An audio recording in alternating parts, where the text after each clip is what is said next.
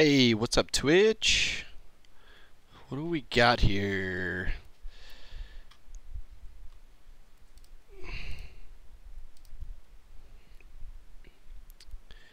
What is prime loot?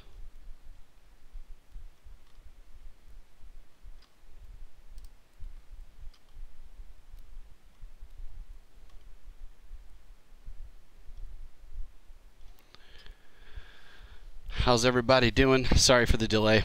Just having some technical issues. I don't know how to plug in a USB cable for a webcam.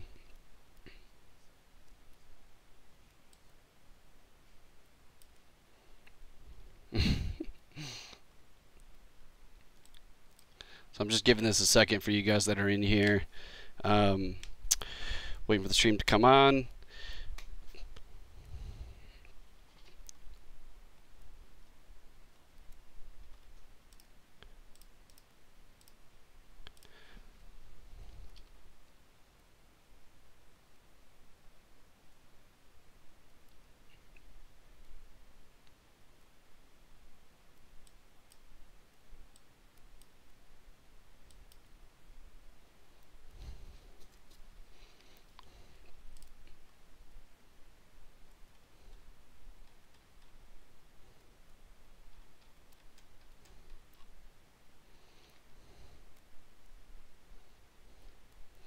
How you guys doing? Can you hear me? Shoot me a message in the chat so I can make sure I'm good to go.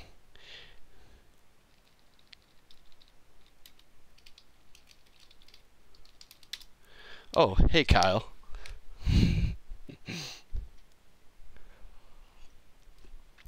So for you guys that are in here right now, there's a test that we're going to do. We're testing a few things internally for Twitch and streaming. So if there's a cutout in the stream at all or anything, 20-30 minutes in, don't worry, we'll be right back. We just want to test some recording options and a few things. So most likely it should be fine, I'm hoping. But if not, I think for this one, okay, you can hear me? Sweet.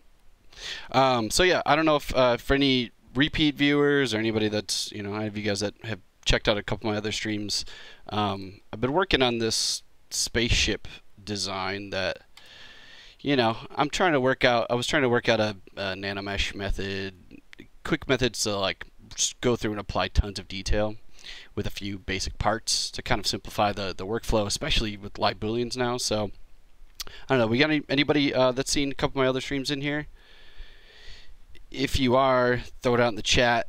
This will probably be my last stream that I'm going to focus on this particular project, just because I think I've hit pretty much the workflow. And if you guys are fine to watch me, go through and apply all this stuff, I can keep going for sure. It might take me another 2 streams to complete all the detail and stuff that I want, but it's hard to say. It takes some time. Once I get into a workflow, and if I'm not talking, then it could take a few hours. But in this case, if you guys have questions or whatever, I want to make sure I can answer those for the few people that are coming back to check all this stuff out. And then also, just to let you guys know, if you're new to this particular stream, I've created a ZBC thread on my account, which is sir_scallywag, which I started to post, like I posted the first breakdown, and then I went through last episode. I was talking about using ArrayMesh around cylindrical parts and things like that. So I posted my a couple of images of my breakdown, which is a separate thread, but essentially this will take you to, if we click here, this is just a full breakdown of like using ArrayMesh to create parts for booleans, wrapping around certain objects. So all that stuff is here as well. So yeah, I think at the end of this stream, once I come back next time, I'll probably post a full PDF breakdown of just the general process for this whole thing when it's done. And then I'll probably move on to some other stuff. So for this episode, I think I'm just going to start rolling here and go through and just continue applying some of this stuff. And if you guys have questions, feel free, go through and throw them out, and I'll try and keep an eye on the chat as much as I can. I gotta watch 2 things. I gotta watch Slack and Twitch, so that'll be fun. But yeah, so oh, I'm watching Skype. Don't want that. Okay, cool. So I'm gonna get rolling. How's it going, Waltron59? What's up in your neck of the woods? Have you seen some of my other streams before, or is this your first time?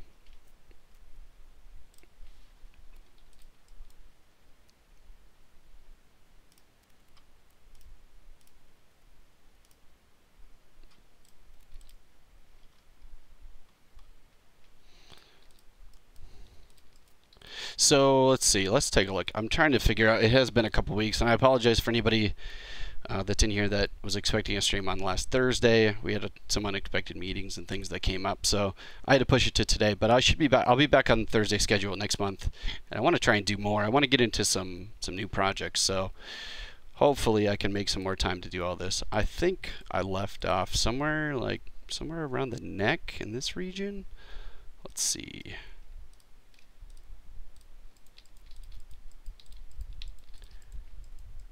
Alright, so this piece, yeah, okay, I think this is roughly where I was. And then I got some agreeable details going on here. Second stream, cool. Thanks, Walter, for coming back, man. I really appreciate it. Guy or girl? I can't tell anymore. It's hard to tell by usernames, you know? But yeah, so I'm, you know, okay, so you caught the last stream, which, you know, for you and anybody else who's listening, I made a couple adjustments to my custom UI, which I've also provided in the ZBC thread. I believe these are Dropbox. I have my modeling toolkit with some of my custom hotkeys. So I made a little zip file with those things. And then I posted a link for creating macros. If you create macros, you know, in this particular case, because I'm doing a lot of the same repeat actions, I don't always use them, but for this project, I'm doing the same stuff. So I've been trying to simplify things as much as possible to kind of keep my subtool naming conventions clean, and then also skip some of the steps to create things. So something that I've been doing, you know, I created this sort of array of parts that I'm kind of picking from, and I use these loosely. I don't, you know, they don't have to be set in stone. I can take, you know, I have a simple cube in this, which these are just, you know, a bunch of stuff that's all been unified to center space. So I go to deformation, unify, repeat to active. So I got everything in the middle, and then I just do the expose in X and Y. So it kind of gives me an IMM brush viewer, but I'm using these to create insert and ArrayMesh brushes. So in order to do that, you know, you have to go brush, create an insert mesh, make a new one, and then you have to make that insert mesh an ArrayMesh brush. So, you know, I've been trying to do it step by step, but I've automated a few of these things. So I have a new brush one, so I can create an ArrayMesh brush, which is essentially automating that process. So, you know, I could go in, maybe select, I don't know, let's start working on a new piece here. We could take, I don't know, let's try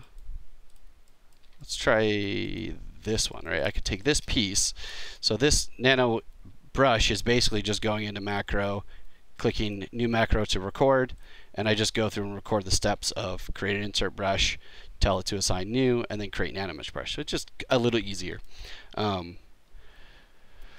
Furikiri. Oh, that's an interesting name. How's it going?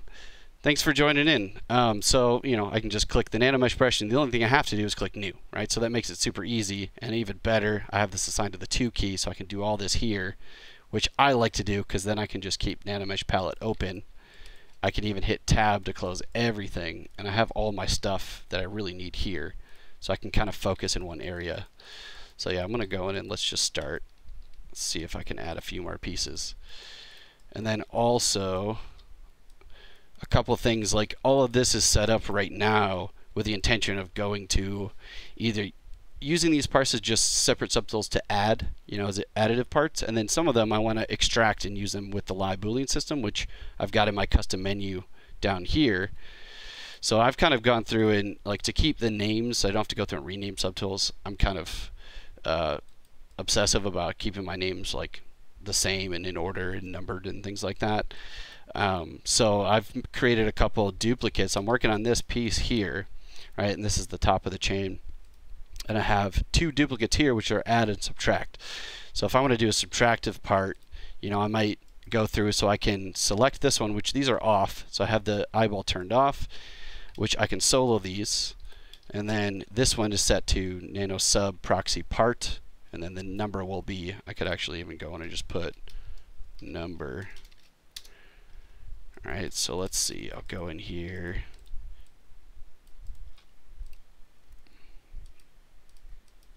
So I'm just going to go in and use the nano to kind of repeat the parts, align everything, set it up if I want to do a little subtraction.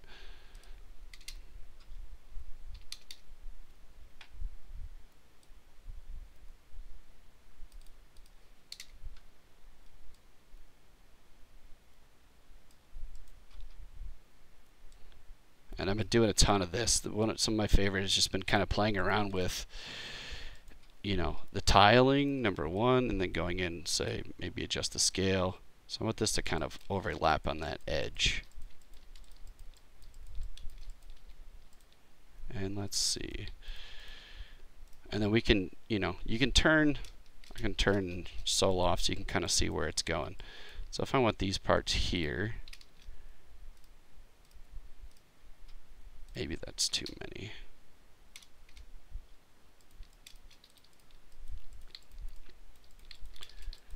Alright, so copy those, go down here and paste, and then I just need to reset up. You can either change the alignment. This has been really fun to kind of see, okay, what's a good starter? You know, this might do it for me. There we go. That's pretty good. And then maybe let's offset the X or Z just a little bit. So this is going to be subtractive. So actually, I'll do 0.4 for that one, 0.4 for this one, and then also I might want to flip this. So I'll do this one 180, maybe reset this a little bit.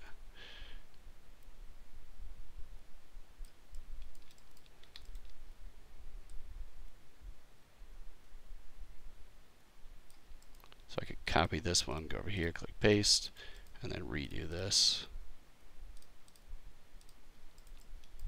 Cool. All right, so the cool thing about you know, the macro stuff is, what up, Michael? How's it going, sir? Michael Nisbet in the house. Social media marketing guru. All right, so you know, one of the things that I've automated too is this has been a real pain a lot of the times is, you know, in most cases I have to generate these meshes and then go in here now and split the parts, which, you know, that's something that's 5 or 6 steps. So a new macro that I've created in my custom UI, I've kind of adjusted. So I got mirror and weld. I've added mirror weld macros to X, XZ, XYZ, local mirroring, so turning on local if I want it to stay to one particular object, which has been super helpful. So I kind of keep these here, and then I moved, I made some new stuff. So I've got the brush and stroke, or I'm sorry, split parts. So normally, you know, you have to go through and assign proper groups to get all that. So essentially what I did was created a macro for generating all of the meshes. So I've done it, you have to, it's literally number of clicks for the macro. It remembers how many times you click it. So I've done one, like, I don't think I've done more than 12 nanos at a time. That's kind of heavy. I try to keep it relatively low, you know, not going up in 20, 30, 40.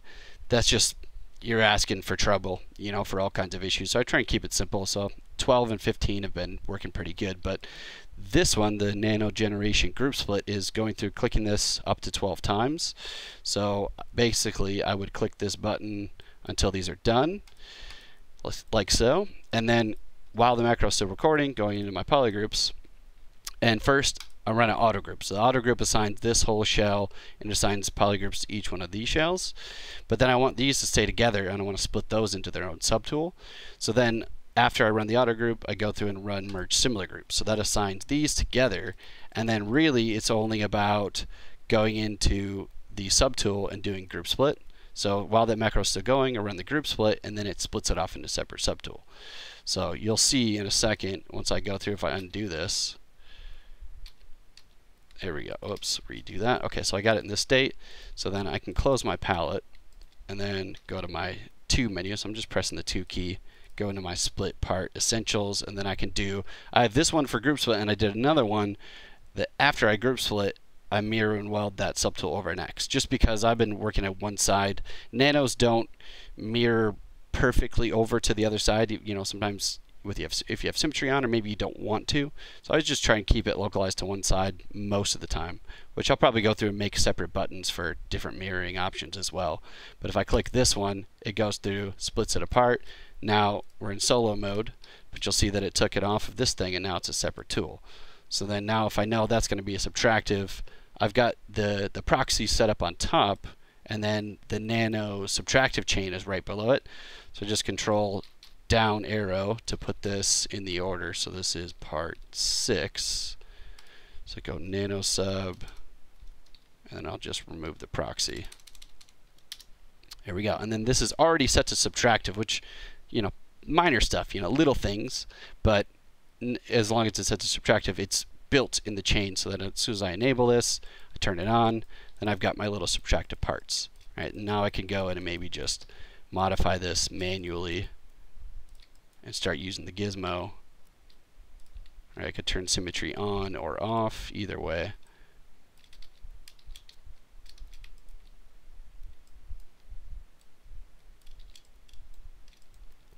Maybe just do a little scaling.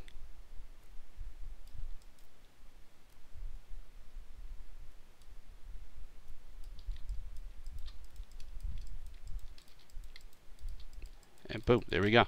So I'm going to probably go through and do this a ton. You know, I'm trying to, you'll see that this piece right here is just a bunch of all kinds of nanos. Like this is all just greeble stuff, and then now I'm going through to do the final subtractive. So I'll say for now this piece is probably good. The only thing I might want to do is, you know, all this side doesn't have any of those details from here, so I'll probably go through and do a little cleanup. So I want to take this guy. Now you'll notice that the whole scene, you know, is no longer, I can't work in each local object at the perfect center. So the mirror and welding, you know, if I want to go through and mirror and weld this in Z, I can go to my mirror and weld options, do mirror weld in Z, but then it's putting it over here. So I want to localize this, so I can, you know, make sure that my mesh is right here in the center, and I can turn on local and then go to my mirror weld in Z, and now we got that going. I'll just do that for the rest of these guys, which is probably easiest to just alt click on the subtools. I want to do that too.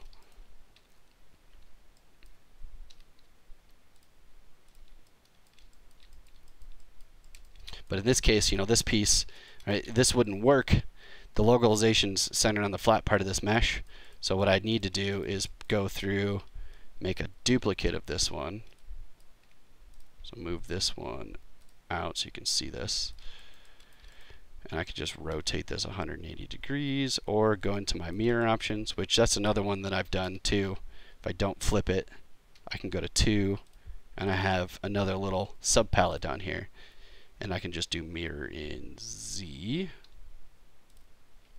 There we go. So local is on, so it kept it right there. If it wasn't, it might have jumped back over here, but in that case it works out. I can just kind of position this guy back onto the mesh.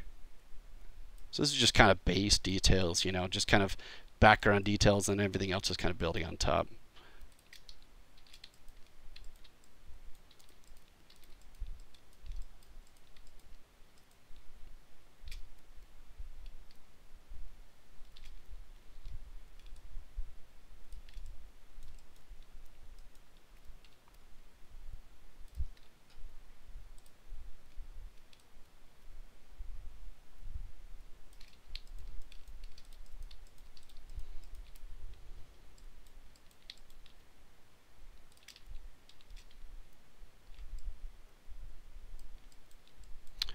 What about these guys? Oh, gotta mirror weld those in X.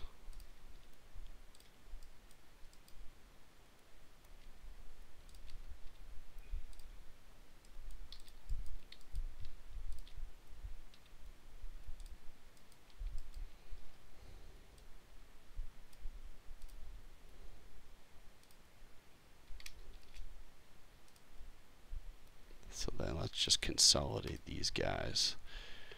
Merge those.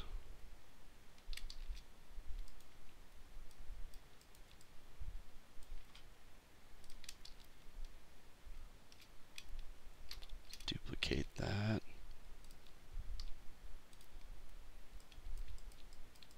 Yeah, so there you go.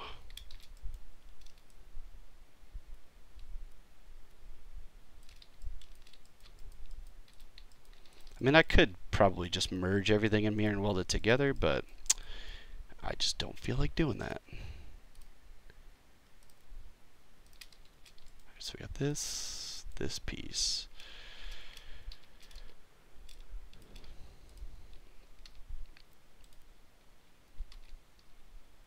Mirror this guy in Z.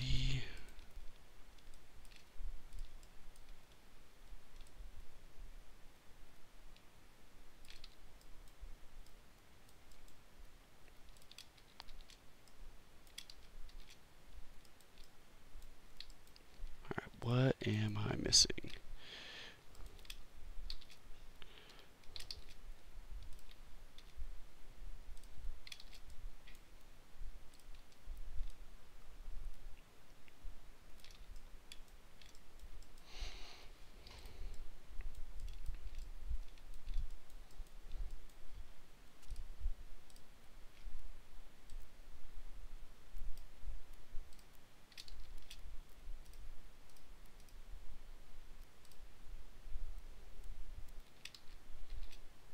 So let's just go through and check these guys.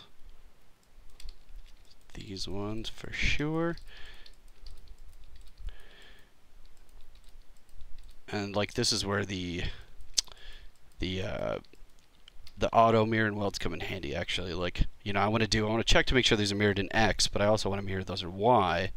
So the floor grid you'll see, you know, isn't based on where this is in position to the rest of the ship. The line, like my symmetry lines, aren't perfectly lined up with this mesh. So what I can do is I could go through and do, well, let's say we could do just to, instead of duplicating, moving them manually, I could just mirror weld in X, Y, and Z. I can click yes. And in this case, the only thing I might want to do is I don't want those to sit in that line. So I'm going to bring these guys up. There we go. So I can do X, Y, Z, then I can grab these ones.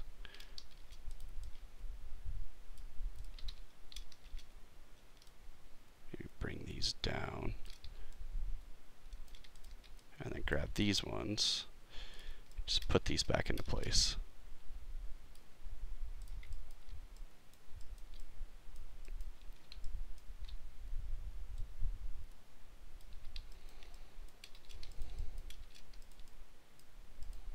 Okay, cool. Alright, that one's looking pretty good. I think I'm going to leave this. I'll probably come back and touch up the bottom, but the primary areas that I wanted to make sure there's some detail in, I can move on from this guy.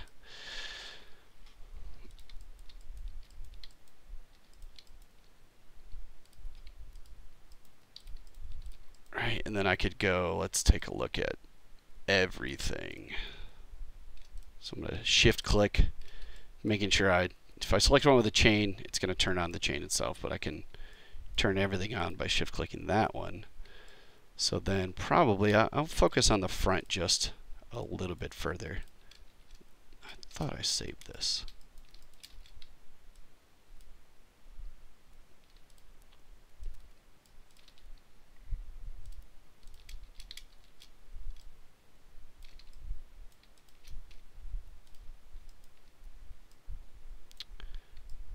Alright, this guy.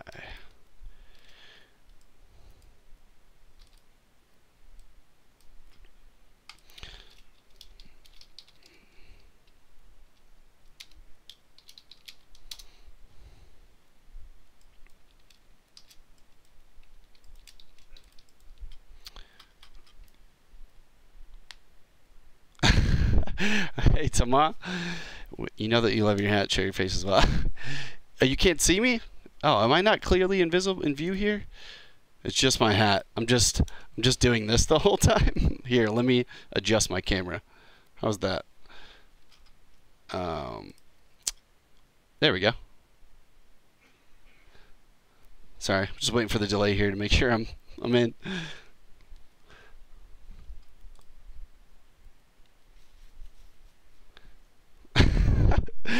Tama, you're the first person that's told me that, so thanks. Thanks, guys. It's a big joke to you guys. It's a big joke. Shea Design, you gotta order more fresh hats. You talking about the old school ZBrush hats, or I think we're gonna have some new hats coming up here at the summit. May or may not. I can neither confirm nor deny, but hopefully we will. Yeah, see, nobody wants to see my face anyways. Just check the data. All right, cool. All right, so I'm going to go through and set up, get my image ref over here on the other screen.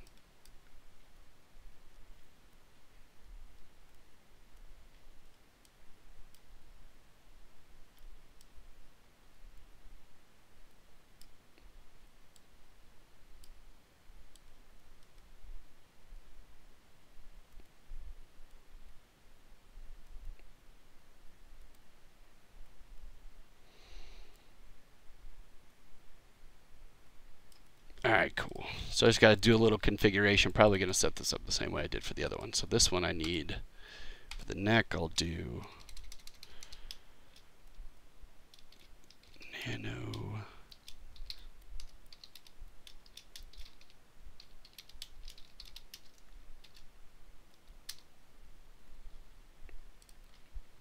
And I'll do another one for the add. So the add, I'm going to leave the additive subtool option, and then sub, I'm going to do the subtractive. I can bring this down. So then now I'm going to set these just above.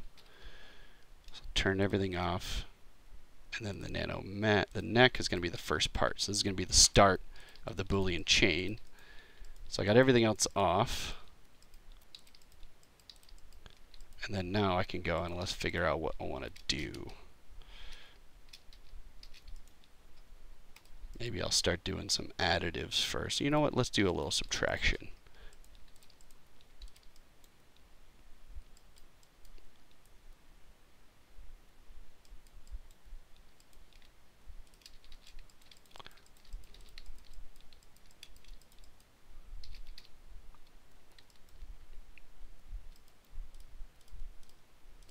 I actually want to move this a little bit.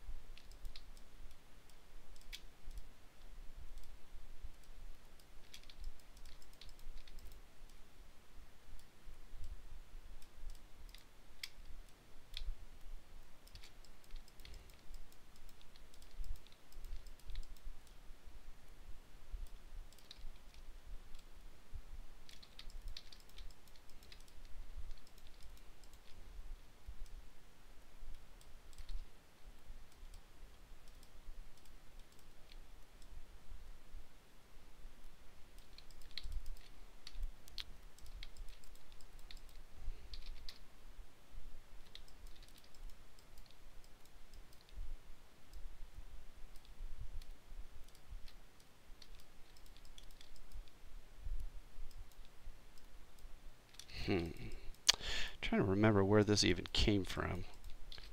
Let's see if I can.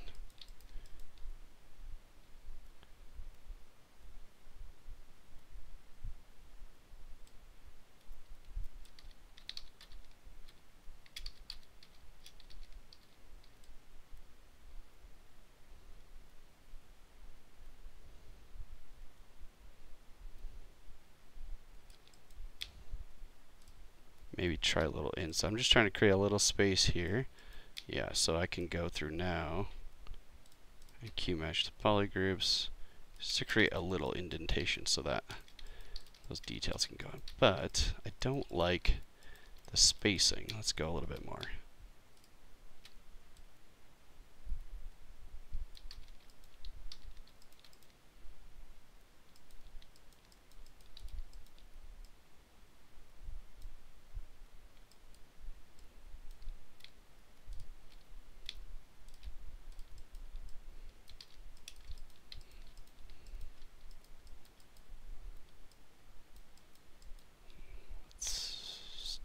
some stitching.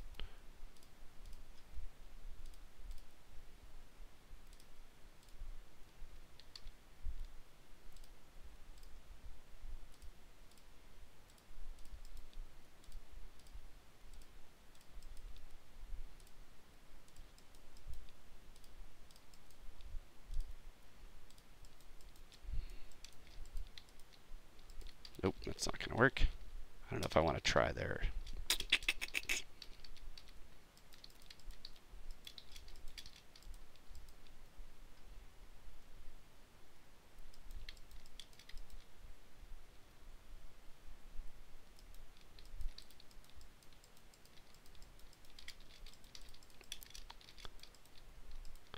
Okay, you know what? Forget it. I'm just going to go through and extrude outwards. How about we try that? I could do, say, the poly loop. Give myself a clean little edge there.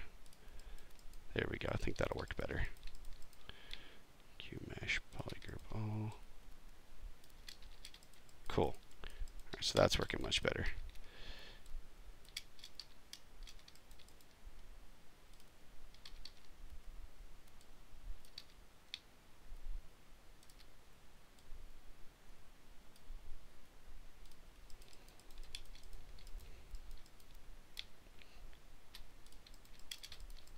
Oh, interesting. Somehow, oh, did that not? I don't think it created the entire poly loop. I didn't do the stepping properly, that's it.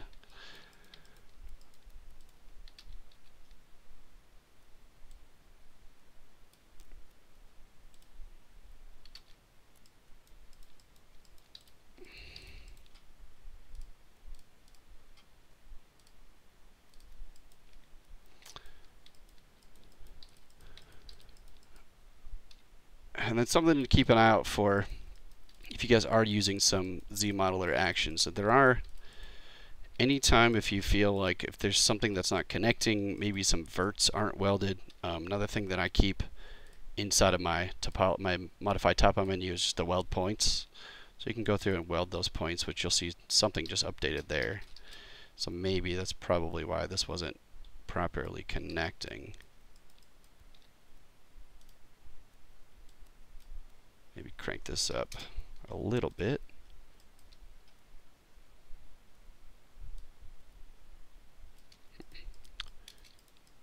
Okay, here's what I'm going to do.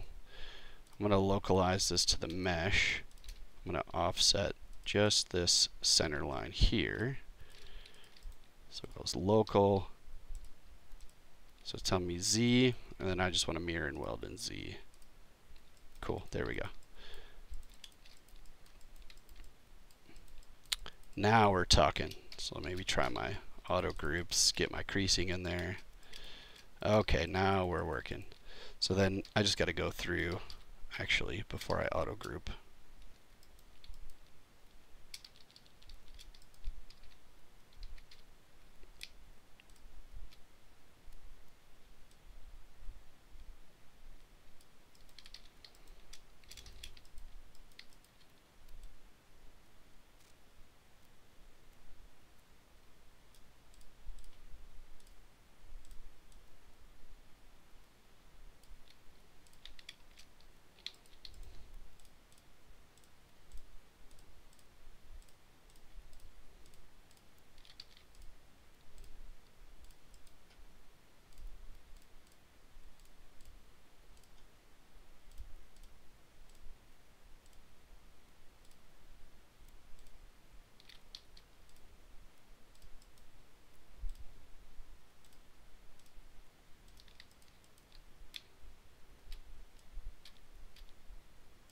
Okay, cool. And then I'll check this one more time, do a mirror weld in X and Z. All right, so there's another time where that comes in handy, so I don't have to go into my mirror and weld to change my settings and all that. I just have all that, you know, these quick options here. And then I got that poly group over there.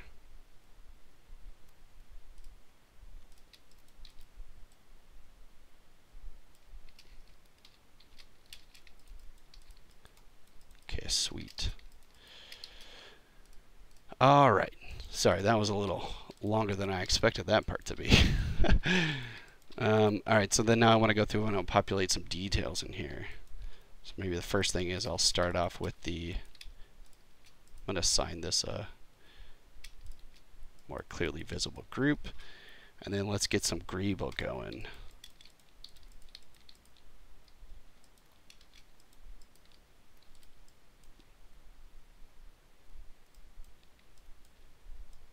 Which piece do I want to use? I think this one's been working out pretty good for me. Yeah, let's try this guy. So I'll do my, instead of my new brush and stroke essentials, I'll do create nano brush, click new. All right, so that's going through, and you'll see that it created the insert mesh there, and then it already assigned it to ZModeler, and I'm good to go. And then let's do this for the polygroup all.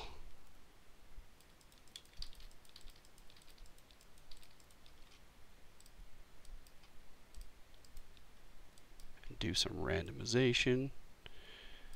I think in this case it doesn't really make sense if it's at an angle or any rotation, so I'll set my rotation to 0, alignment to normal, maybe make this a little bit smaller. All right, so this is where that scale factor comes in. If I want everything to, in perspective as far as size wise, the thing is supposed to be massive, so all these little details, the smaller I can make them, I think the better this is going to look overall.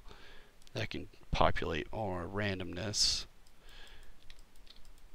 And I don't really feel the need to fill every little space, more just, you know, maybe the background, and more importantly, I think the offset. So I could do a little offset and then some variation. And then do a little variation for length and width. And maybe height. There we go, that looks pretty good. Alright, so then I'll do my split parts and do my nanogen split. In this case, I don't want this to mirror and weld. It would be handy if I had a mirror and weld with local symmetry. Oh, this is actually on by default, but I could do one for local symmetry in Z. That might be nice, actually. No, that's not going to work for this particular mesh because it's not going to, it's localized to this. I wonder.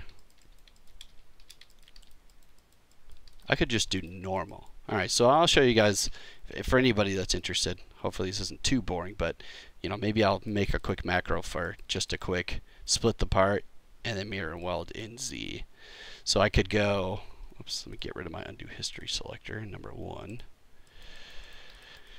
Alright, so the process is I have to eventually, I'm going to have to go down and generate one to mesh. So I'm going to go to macro, do a new macro.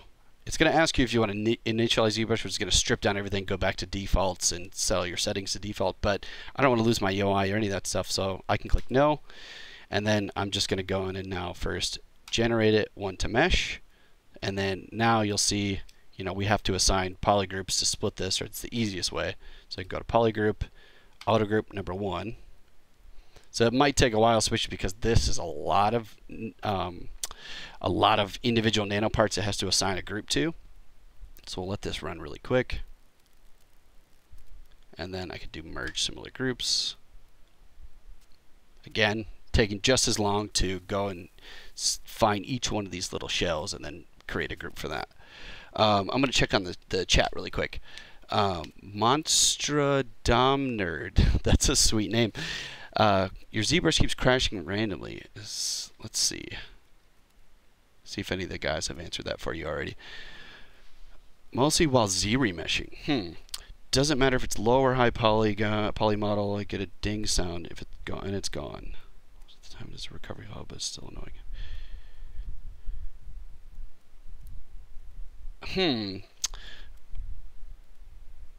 I'm still trying to figure out how to say your name. Monstradomnerd. Okay, I hope that's right. Sorry if it's not.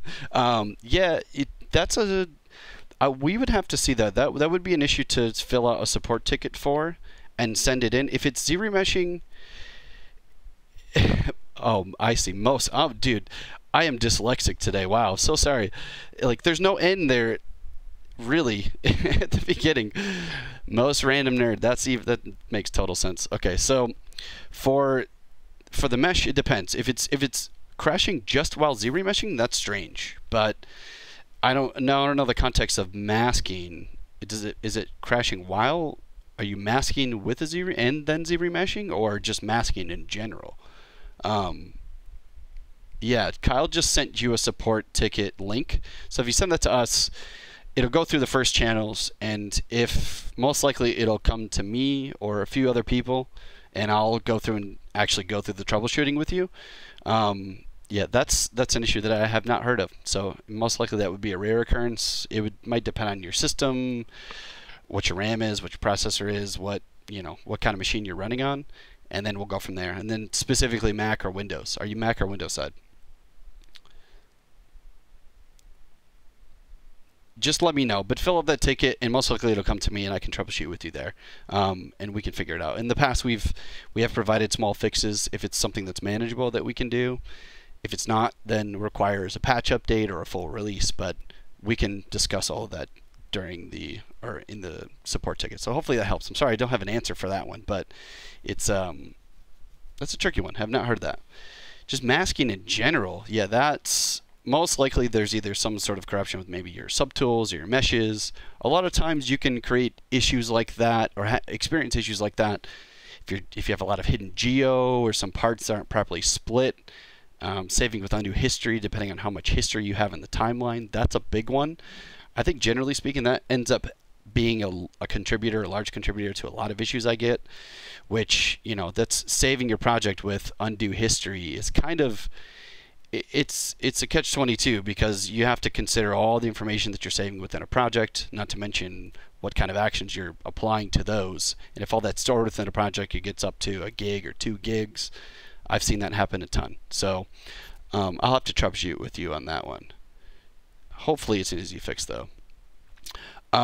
Snap of Ginger, I see you got some questions on what we're making. Yeah, so for my stream, I'm actually going through and doing just a spaceship design. So I'm showing off some of the latest live Boolean features, but kind of trying to incorporate our ArrayMesh and NanoMesh features as well, especially for populating all these details and all these things across the mesh. So basically, I've been going through this is the 3rd stream now that I'm on, and oh, it looks like my ZBrush is hanging for a second. So yeah, let me see if I can get this back. Let me close. Yeah, so you can check it out if you want. For you, Snap of Ginger, and anybody else who doesn't know what's going on here, I have a ZBC thread, sir_scallywag. You can find it. I'll post this in the chat really quick too if you guys want it. Yeah, so this is pretty much just a thread breakdown. I'm going through and giving you guys some custom UI stuff, some other breakdowns that I've used, some of these techniques with live Boolean to do particular things like arraying around a cylindrical object to create multiple Boolean parts for subtraction to kind of streamline the process of duplicate parts. A lot of mech stuff, a lot of details that take a lot of time, and if you were to sculpt all that stuff, this is all low poly workflows in ZBrush. So a lot of ZModeler, NanoMesh, and ArrayMesh, and live Booleans. So let me get my ZBrush back up and running.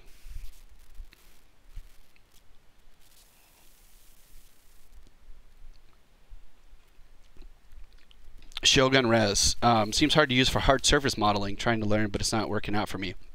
It depends on what you're referring to. Hard surface modeling in a low poly aspect, or high poly sculpting brushes, that kind of stuff.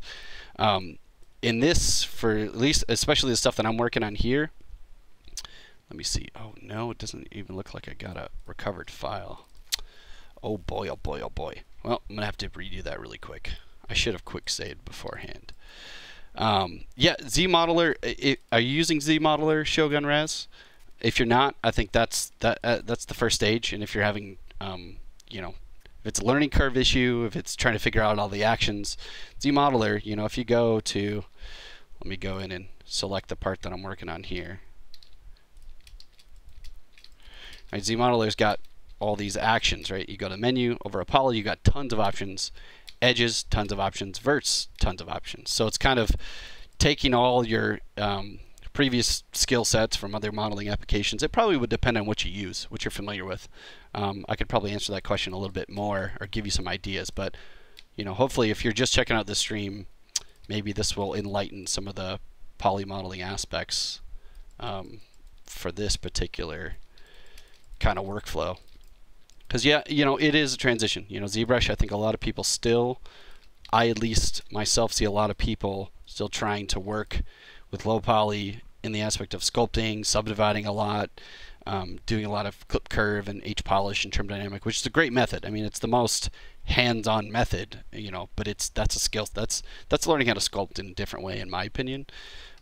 So in this case, I'm trying to stick to just like the traditional, you know, going from my old Maya skill set, poly block modeling. Now all I do is use ZRemesher, which, you know, for me has been a total transition. And I'm not just saying that because I work for the company, but it really is much more efficient for me. I feel much more comfortable, I guess, when it comes to, you know, speeding up my workflow of poly modeling. So I use a lot of QMesh,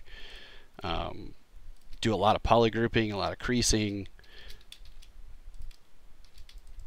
All right, so let's get this guy going again. I'm going to try and quick save this one this time. For me, I don't know about you guys, but I turn off, I force myself to manually save as much as I can. I think it just keeps me in check, but for the stream, I'm not very good about it. So I might have to go in and do, let's do the rest is like maybe every 10 minutes.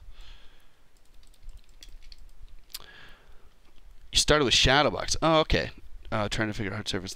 Yeah, see, well, Shadowbox is great. Shadowbox is awesome. I find all those older features very useful for very particular things. ZModeler is like, I want to start block modeling out of a cube and doing certain things. So in this case, you know, that's kind of what I've been working with here. This is just me using a simple cube to kind of go through, you know, which essentially is, it comes down to what method you use. QMesh, like QMesh, for example, I can go through and I can snap this to a particular area. You know, I can close, I can delete things by just clicking and dragging all the way over. You know, there's plenty of options, but like I kind of focus on poly, I'm using QMesh. On the edges, I'm either doing insert edge with either multi, which multi I can go through and just, you know, add simple edge loops and things like that. But I think it would be challenging. I could see if you're getting into the aspect of like more organic hard surface shapes, and that's basically manual topology or building on top of other things, which is something I want to get into in my next stream once I'm done with this ship. So hopefully that would be for Shogun Raz, for you, if you have those kinds of questions. A ZBrush and ZModeler are two different things because you go to turn on a film scope for game dev. Yeah, so ZModeler is a brush inside of ZBrush. So if you haven't seen it, you know, I can give you a quick crash course. I mean, it's super basic. You know, you're going in. Let's just grab a new project here. Right, I can go in to my gizmo and I can select maybe just a simple polycube. You know, maybe start with nothing. Right, so I got this. Now, the ZModeler brush is inside of the brush palette. You'll see down here at the bottom, you have ZModeler brush. Yeah, so you select this, and essentially, you know, I'm turning on symmetry, which I have here, going in, working with symmetry. Now, when you hover over a poly, you get all these options. So what you're used to, the, you know, basic stuff, extrude, right, is just a very simple thing. So I can go in and click and drag to extrude faces, you know, like so. And then you'll see I just clicked when I hover over the edge itself. So the poly itself, you get the poly actions are listed at the top. The edges, you'll see that these are listed as edge actions. And by default, you have insert multi, and then you have interactive resolution. You could do specific, so you could change this to say 13.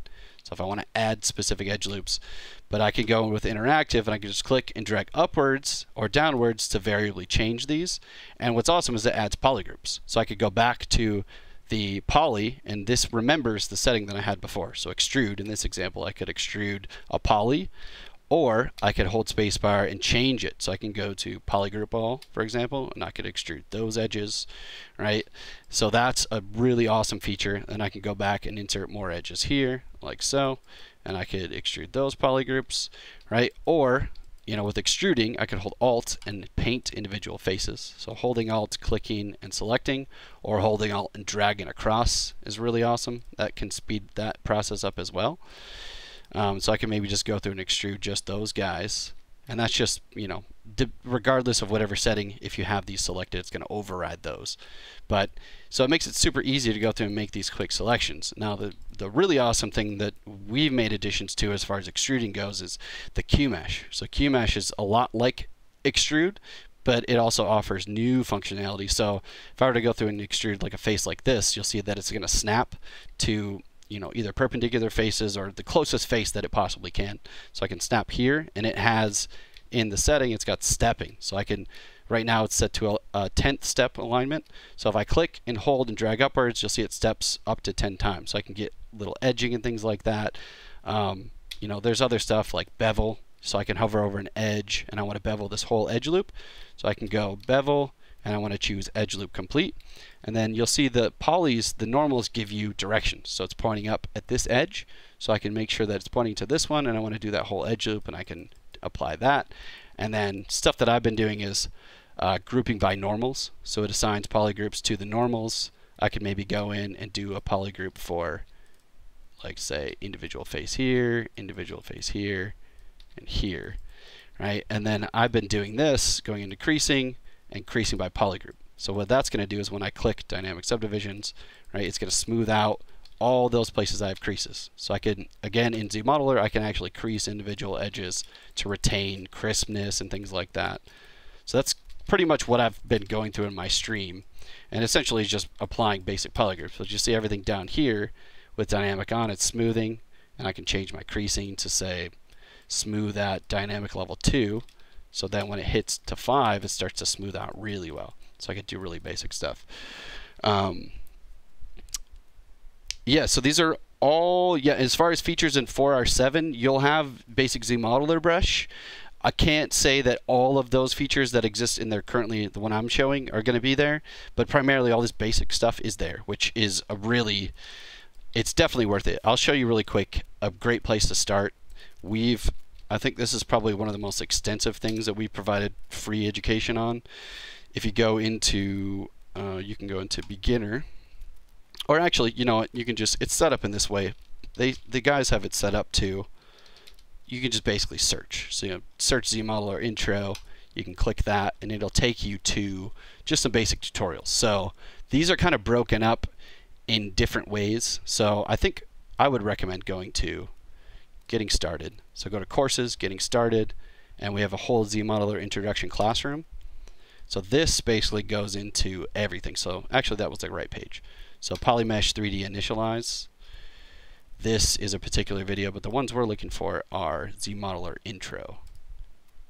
So this one right here, I believe, is, oh, Kyle, where, I'm not, there's one that I'm looking for that I can't find. Kyle, if you're in the chat, do you know where the Joseph's videos are on all the polymodeler actions? Because there's like 50 videos, and maybe it's digital sculpting and modeling. Yeah, here we go. So this page right here, I'm going to put this in the chat for anybody that is looking to check this out. So each one, it's focused, each of these classrooms is focused on all the actions. So the hovering over a poly, these menu actions, that there's like 50 videos for that. The edge, all these actions, and the point, there's all those.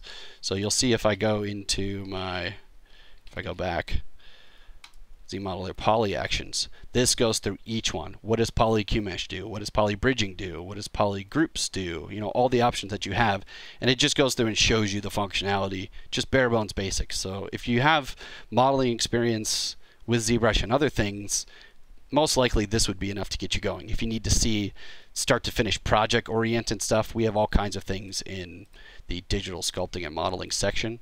You know, so you could see, like, we got some videos on live booleans, we got some videos on, you know, using dynamic subdivisions with stuff that's been modeled in here. So there's all kinds of stuff, plus kind of what I'm doing now and other people are streaming, you know, especially from Pixelogic. Joseph, Paula, and myself will be showing this kind of stuff. Mostly, probably always during our stream. That's kind of our wheelhouse lately. So yeah, hopefully that's not too much at a glance, but it gives you something to go on. So yeah, that nice. Vertigo 1055, you watched all those videos. It's a lot of work, but thanks for watching. Hopefully they were helpful. You know, if you have any suggestions, you can always fill out a Z Classroom suggestion ticket here. You can log in, which will give you the option to send feedback. So if there's any videos that you guys do want, go ahead and feel free to send them, you know, because we'd be happy to make them whenever we can. You know, with tutorials and stuff, obviously we're busy in development half the time, and we have so much stuff going on that it's free, you know, so we do our best to provide these when we can. But there's all kinds of stuff on Gumroad as well if you guys are looking for like full education, so you can look there as well and other places. So yeah, cool. Shogun Raz, I'm glad that was helpful. I highly recommend it. There's a learning curve with everything, you know, but in my experience, you know, as 3D artists, we kind of are constantly having to learn new tools. So while you're young and you got the energy to, you know, take the time to watch all these 50 videos, they're short. They're 2-3 minutes each, you know, but we try and keep them quick. Do it now, because I guarantee you, especially for polymodeling stuff, like very basic stuff, maybe some of the advanced things, you might want to go somewhere else, but I rarely ever leave ZBrush now when I'm doing this kind of, you know, block modeling stuff. It's just so much faster. Not to mention doing the stuff that I'm doing right now, being able to automate and do all these macros. It's really changed my whole workflow. I don't even go to Maya for this stuff anymore. So, you know, I'm going to keep going on this piece. I need to redo that one really quick. So I'm going to try and cruise. Sorry, guys. I don't mean to delay. It's like I feel like I end up explaining certain things and then I go on tangents and then I'm not making much progress. So I want to make brush. I want to make this a nanomesh brush. Let's go back to my piece. Solo this guy out. And this is neck 1 nano sub proxy number. And let's duplicate this twice. This is my main piece. So this one's going to be my top of the chain. So I'm just setting the top arrow, which is great because I can, you know, if I turn everything on, turn my solo option off. So I'm turning everything on, but with the arrows, what's really great is I just want to work on anything within this chain. So whenever it meets another arrow, I can say I turn everything off. So I'm just selecting it. If I hit the eyeball for that chain, it's only going to turn these ones on.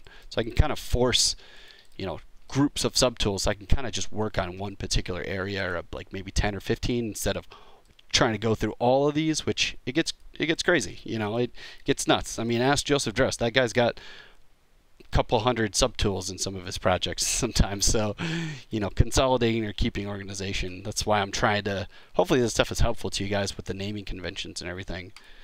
So like this one, you know, I want to keep the names for the subtractives and the additive parts so I know what I need to set for live booleans. So this one's going to be add, which will have the additive subtool option, and the sub's going to have subtractive, and then I'm just going to take the number out so I don't have a name on that one.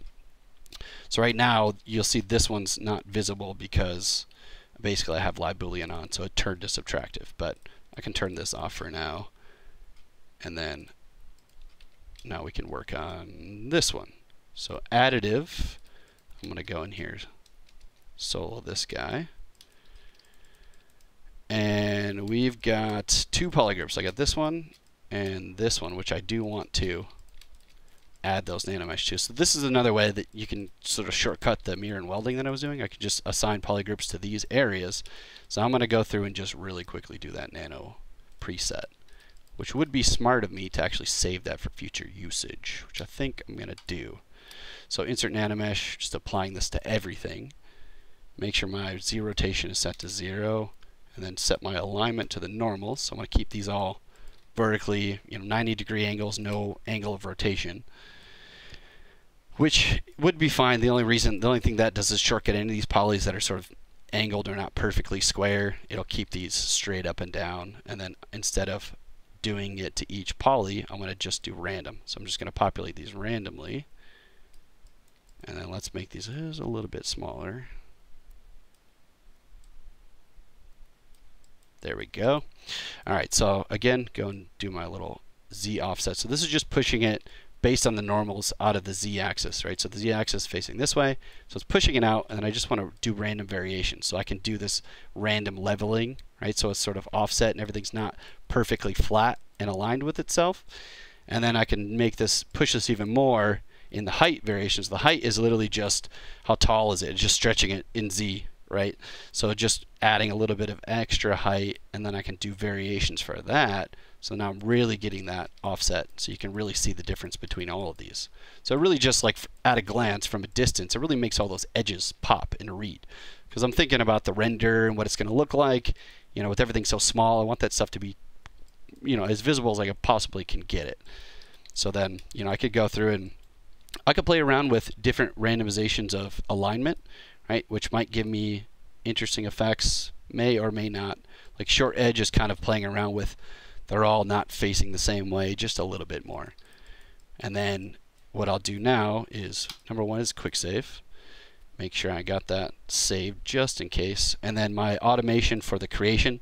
So normally we would do 1 to mesh, which I'll do this one more time for anybody that just jumped in. So 1 to mesh, basically just this right now is in preview. So I can turn this on or off, which is really great. So I can come back to it later if I'm not done with it. But in this case, I know for sure I'm done. I'm just going to leave it as is. So I'm going to go in and click 1 to mesh, which actually assigns it to the subtool. So you guys can kind of see what it's doing is the preview. You see when ArrayMesh is in preview before I generated, the total point count for this whole mesh is 476, which is super low. I'm trying to keep this stuff really low. So when you click the 1 to mesh button, that's taking all those individual nano parts, and it's just taking, if I go back to my expose array, I've got this panel piece, which that's 96 points, which is as low as I could probably get it. I could have gone in and maybe deleted an edge loop here to reduce that. You know, any edge loops I don't need, I try to keep that stuff clean for this nanomesh stuff, just so I can keep my project as low as possible. So then it's just taking that piece and repeating it. So you figure that you're multiplying that by however many instances we have, which at this point it's 53.84, right? So it adds up. So when I click 1 to mesh, you'll see that the subtool now jumped to 1.1 some million, right? So my goal is to, for now, I want to keep all the base model assets, super low poly, all the nanomesh stuff. I can either decimate or rebuild afterwards. I can, you know, rebuild the geo if I need to. So I'm going to split this off. Let's grab, in this case, I'm going to grab just a little piece of the shell. Control-Shift-A to grow all. So now the nanomesh stuff is hidden. So I just selected a little vert there. And a little trick, you know, if you're using selection brush, like I want to select an area, I can Control-Shift-Click on this piece, which will grab whatever polygroup that's closest to the selection itself. So, you know, I could grab this and I can go to visibility. What I'm doing is Control-Shift-A, which is grow all. You'll see the hotkey that pops up, Control-Shift-A. So that grows to the whole shell. And then now Control-Shift-Drag, it shows you the hidden parts. So then I go to Subtool, Split Hidden. So yeah, so I've automated that process with the split parts. The NanoGen split is just going to macro recording those actions, which I think is what I was doing before, but it was just too much for this process. So maybe I'll do that later for another one. So I want to set this up in my chain as this is going to be the nano add, and instead of proxy, we're going to go part, do Greeble 1. That's going to be the Greeble. So I'll move my proxies above this chain. All right, so now that's good as a separate subtool. All right, and again, eventually I'll decimate that thing most likely. All right, and maybe if I wanted to bring this in just a little bit, I'm centering this in the middle of these two, and maybe scale them in so they're sitting right on the mesh. There we go. All right, cool. Moving on. So let's do some more additives. So I'm selecting my add proxy and just turning on solo. And then let's go grab some random stuff here, like, oh, I don't know, maybe I'll do some exterior panels or some blocks. I could take this one. So going into my custom menu, so brush and stroke essentials, I want to create a nanomesh. So again, I'm sorry if I'm reiterating for the guys that are listening, or for all of you guys and girls that are listening. In this case, I want to create, and again, for I forget, it was asking about ZModeler stuff, but in ZModeler, I can actually assign nanomesh brushes. So I can take this piece right here, I can make this an insert mesh.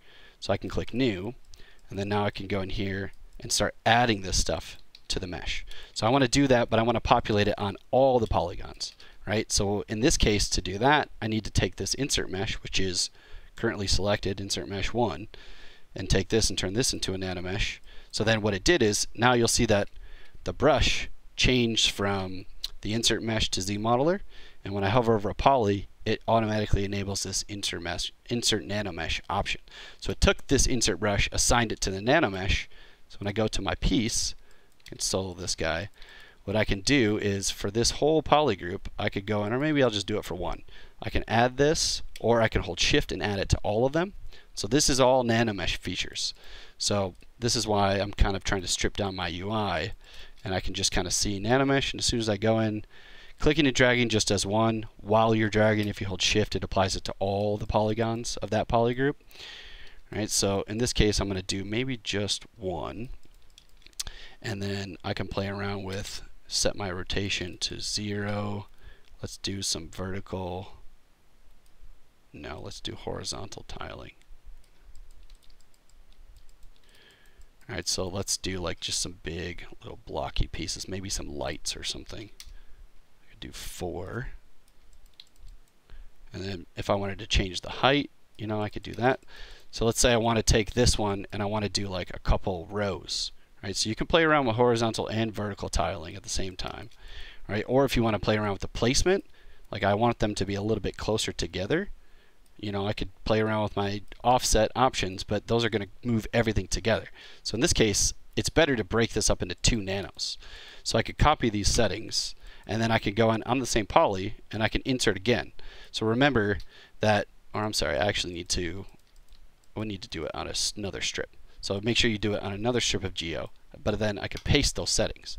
So I could always go back, copy these. For this one I want to paste, right? And this poly's it's a different size. So an easy option is, let's do, I could delete one. And in this case,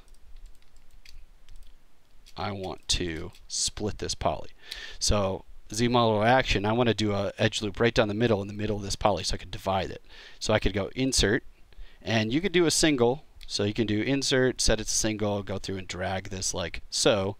If I want it to be a straight line, I can hold shift, right? So depending on where I draw that line, like I say, if I start closest to this and hold shift, it automatically aligns it to this one on the right side. By default, it's just trying to average out between the curvature or the angle of this edge and this edge.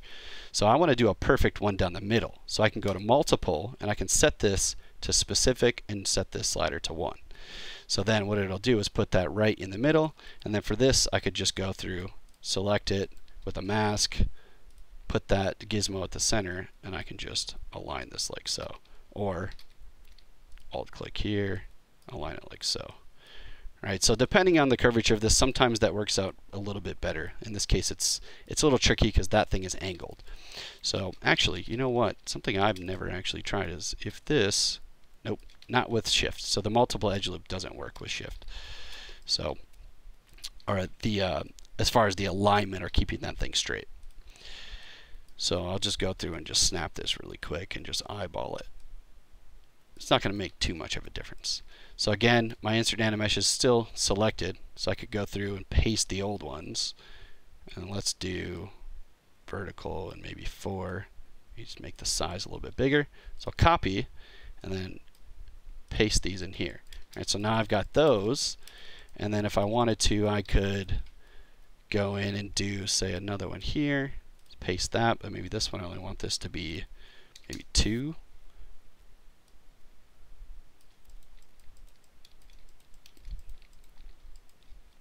I'll copy those guys, paste. All right, so I'm using nanomesh to populate all this stuff. So then I want to figure out, okay, is there anywhere else that I might want to use this part? So this automation that I'm going to show you guys it works well for similar parts. But if I were to, I could go through and do multiple nanos together. So if I wanted to go through and like turn off solo mode, and I wanted to continue adding more nanos in the same setting, I could. I could maybe take one of my little dividers here. I'm just trying to create some panel spaces or something. So I'm going to go to my brush menu. So I'm going to 2, brush. I'm going to create nano brush, new. All right, and then let's take a look on solo mode. So now, you know, I could go in for this piece, maybe drag one here, play around with my offset. All right, what's great about this is I can do specific placements, typing in values. I'm just clicking above the hash mark for the slider. So 0.68 looks pretty good. There we go, at the center. All right, so then I could maybe change the size of this thing. All right, now let's say I want this line to go across here, but I want it to actually complete at that edge. So what's really awesome about this feature is, number one, let me get my offset lined up with that. 0.9, 0.8, 0.75. Okay, let's try that. So I want to modify this mesh. So I could easily go in NanoMesh and click Edit. All right, so this just solos out that part, and I know for sure that I want to grab these. So I'm going to mask that off, maybe stretch this out a little bit further, and then unedit. Oh, okay, so that's the wrong face. So in this case, I could either, you know, I could go back and edit it, or I could just change my rotation. All right, so let's make this 90. Gotta mess around with my placement here. And then bring this down in Y. So now that I've got that in place, I can kind of see where it's gonna go. Whoops. So negative 0.65. Negative 0.5. Nope, I need to go up. Negative 0.7. How about that? There we go. It's getting closer. All right, so 7.5, right? So this piece is now aligned. So when I go to edit mesh, I got this, and I could easily just go through, mask that off again, and just kind of bring this back. Or I can modify that later. So I know for sure that that's going to go. And then that's what I'll just do is I'll take this, just the top part, edit mesh, little too much. Cool. And then because, you know, I'm going to mirror and weld eventually, so a lot of, like this stuff I'll be able to tweak up in the mirroring and welding. This piece though, because this isn't sitting at a perfect center, I couldn't mirror and weld this in Y space and have it match in the proper space. So this is going to take a little bit of manual tweaking, which I can do here if I want to. Let's just bring this down. No edit mesh, a little bit more. Okay, cool. That'll work for me. All right, so I got that thing in place, but you know, this is where it's really cool is I could go in now, and let's say I want to change this. I'm going to take these edge loops, and I want to delete all these edges for the long parts. I want to add some extra little details for this. So I'm just deleting the, oh, not that one. We'll delete this and this. All right. And then let's delete this one and this one. And let's move this a little bit more. Okay, cool. All right, so that's in place. Now I'll go back to this, and I want to do a little addition. So I'm going to do insert multiple, and I'm going to choose interactive for this. Or actually, you know what? Let's do specific. So I want to do like specific spaces or extrusions between. We'll see what we can do with interactive. So the interactive option, again, you just click and hold on the edge and drag upwards, and it's going to add multiple edge loop spans. But what's awesome is that it assigns those polygroups. All right, so I've got those purple groups. I'll probably want to make an extrusion. So I can just click on the next one, and it's going to apply the same ones that I previously applied. So it remembers those kinds of settings. So like same thing for the QMesh option. A lot of these things, like with QMesh, you know, if I extrude like this polygroup here, and I want to do the same level, the same distance of extrusion, it remembers that. So I just click on the next one, and it's going to keep doing that. So you can imagine what that offers you if you kind of set this up with the right polygroups or the right grouping to do all of this at once. So this is why I want to use interactive edge loops, because it's not only adding those polygroups, but it's adding the spans, and I can go through and tweak it. So if I go back, click one more time on here, Maybe this one I'm going to try and match the spacing a little bit more. Okay, that's pretty good. And then same for up here. All right, cool. So then I've got my groups. So now I want to select just the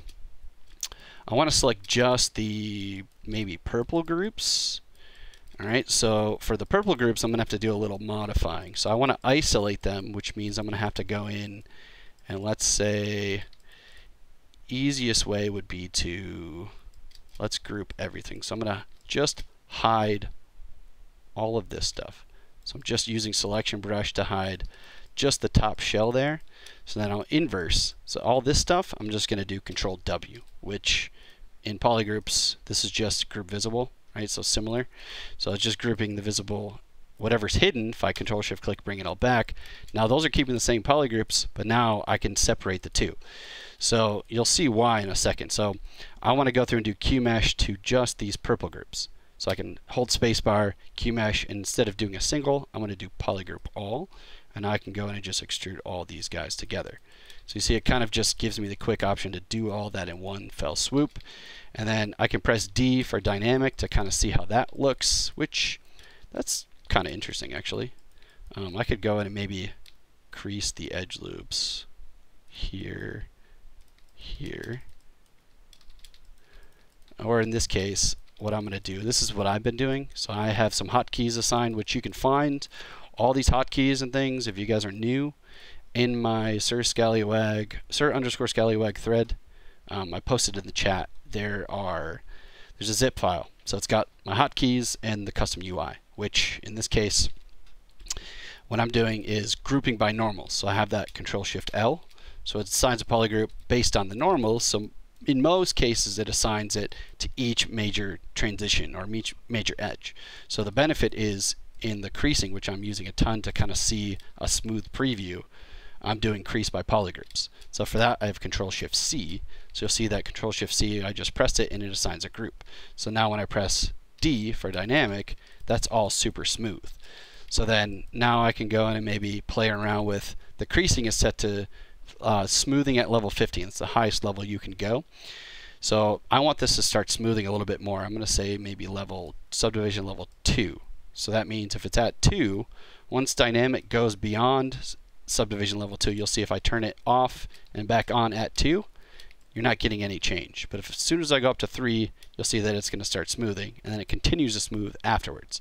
So the more smooth subdivision smooth subdivisions you have applied, you're going to start to get a much more softer, more realistic transition, right? But you have to kind of keep in mind the more smoothing you're going to do, eventually you're most likely either going to, with live booleans, I'll probably use dynamic to generate them for some of the edges.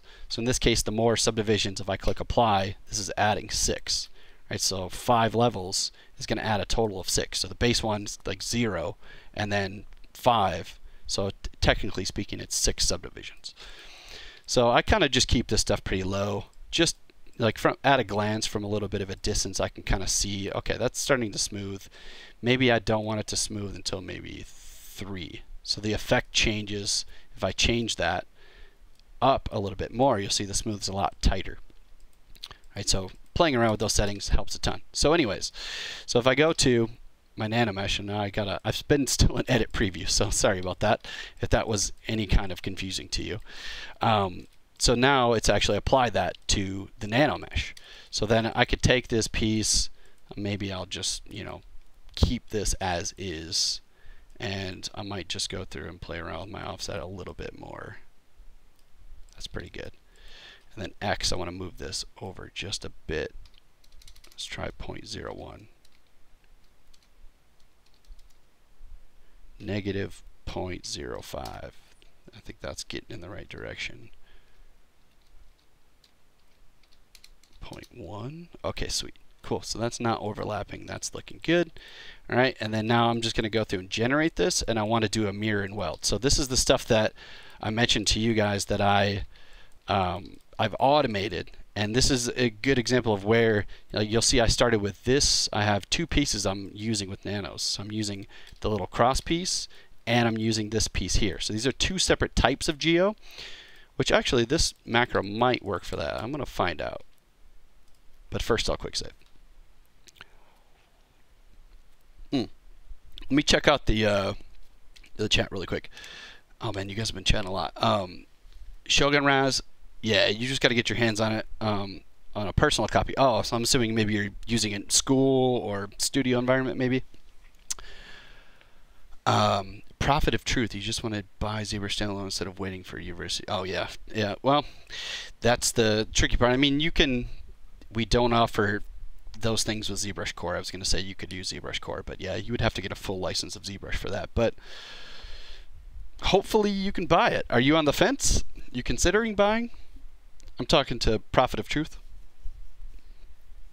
And you're asking in Prophet of Truth also, is this going to be a high poly based project or low poly?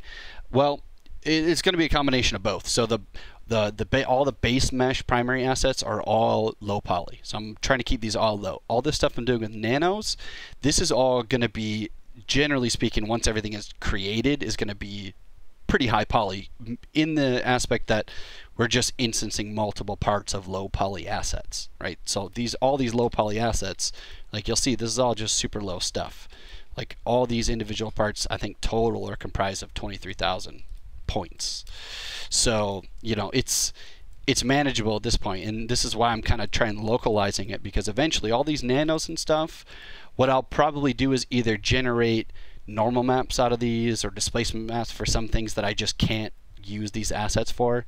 You know, I'm going to render it in Keyshot, but if I wanted to repurpose this for games and stuff, that would be the way to go. Like all these little tiny things and things that I can, you know, kind of get rid of, those would be easily, you know, applied to a displacement or a normal or something, just to kind of get that. But all the blocks and all like these big things, that's why I'm keeping the larger elements. I'm not allowing those to instance too much, because those are all low poly assets. So yeah, hopefully that answers it. Most random nerd, you bought it even though you make zero money out of it. Yeah, well, it'll take some time. What's your focus? Are you doing toys, collectibles, freelance character work, just whatever you can get your hands on? There's all kinds of industries. You know, the freelance market is pretty dense out there. But Hero 002 002013. Hey, how's it going? Just saying hi. You said hello. All right, so I'm going to automate this process. So in this case, I showed you guys already. I'd had to click one to mesh to generate all of these. But I'm going to do this in one fell swoop, and I'm going to apply groups and split it off. So in my split parts, make sure I quick save one more time. So I'm pressing my 2 hotkey, and I have my I have times 15 just kind of as a marker. So as long as I don't have 15 indexes here, this will work. So it's nano generation, and then it's mirroring and welding in X. So if I click this, it's going to go through, generate them. This is basically the process where it's now going to hide parts and split parts, which is not an undoable operation, which means I lose undo history. I'm okay with that. If you're not, you know, you might want to consider other methods, you know, if you want to keep history attached to your actions. But in this case, I'll click OK. So what that did is it just took the original piece, and now if I solo this out, it's creating this new piece as a separate group and these pieces as a separate group. So in this case, it worked out really well for me, which basically it's just the auto grouping settings, which I'll make sure to provide that in the ZBZ thread, so you guys can make use of that if you want to. Hopefully, if you guys want me to show you how to make this stuff, the macros, I can. The last time I did it, I chose poorly on too many nanos to do it, and it was too much to run it in one operation. But I can show you guys, so just throw it out there. Simple yes will do. Is Keyshot HD Bridge good enough for someone looking to just add a little more finish and presentation? Oh yeah, absolutely. Keyshot HD with Bridge, absolutely. For me, it's been the easiest way. I'm not much of a renderer, to be honest. You know, I've done pipelines. I used to teach. I still do, but different locations, different schools. But I used to teach character production pipeline for games and film. So we used to do a lot of, you know, manual topology, animatable topology, and then setting up displacements and rendering in V-Ray or Mental Ray. You know, now most people are using Arnold if that was the Maya-centric workflow. But now, because I'm doing less of that, I only ever care about ZBrush renders for me personally. But, you know, Keyshot's great for that for production's sake, you know, it's kind of restricting as far as your assets in ZBrush. Keyshot takes all those high poly assets really well. You know, you can go up 10, 20 million polys in, you know, a total scene, and send that to Keyshot and still render and assign materials and things like that, even bump maps and stuff. So it helps with that, but you know, it can be kind of misleading, I guess, in some cases where you wouldn't be able to achieve some of those details or some of that quality if you were rendering in something else that might require clean topology and UVs and all those things. So that'd be a different aspect. But in short, to your question, yes, 100% for like portfolios, presentation stuff, it's amazing. So I definitely recommend checking that out for sure. All right, so I'm fiddling. I'm going into all this stuff. Let's start making some tweaks here. So I think what I'm going to do is I'm going to play around with this. So this thing, I might do a little mirror and welding to kind of modify. So I might shrink this. This could work out really well. Maybe I'll put that one in the middle here.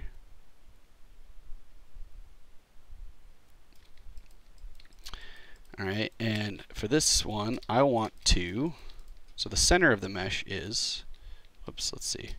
I can check the center by alt-clicking on the unmasked. So this is the perfect center. So if I were to do local, it's going to mirror and weld at this axis. So in this case, I want it to, let's see, I could, let's duplicate this one. So I could bring these guys like so.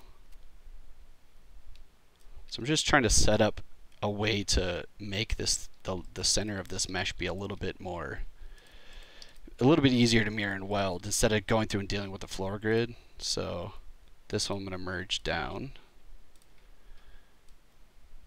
And this is the, I got to make sure I put this in the right place. So this is an additive, so I'm going to go down to my Boolean chain. So these ones, all this stuff above, these are just the proxies, and the start of the chain is here. So anything that I want to do Boolean subtractions or additions to, if I don't want them to be separate tools, I would put them under this arrow. And then I think for this, I'm going to go through and do a new chain. So this is going to be nec1 add parts. So nano add part 1. So I'm creating a new start for this because I don't want to, for the final Boolean, I maybe don't want to assign this or merge this with the whole piece, right? Because keeping separate parts, especially for the questions about Keyshot, assigning materials and things, is much easier when you have separate shells. So separate shells, if everything's merged together, you're assigning it to one full group, which you have the option to remedy that if I had all these parts as one full piece of geo that's merged from a Boolean, for example. The only way that I could assign separate groups to different parts or areas is going through with the render. You could do group by materials. So I would assign materials to those areas, and then I could just drag and drop materials. But I find it easier to just do separate shells in this case. So for this guy, I'm going to put this add down here too. And that'll be the start. Actually, the greeble is the start, and then all these parts below. So this one, I'm trying to do a quick mirror and weld. So I'm going to seal these edges up. So the center is here. So what I can do is, let's see, I want to do it in Y. So if I were to grab, let's take a look at this. So I'm going to grab just these edges, bring this stuff up. Oh wait, no, I want to bring this down.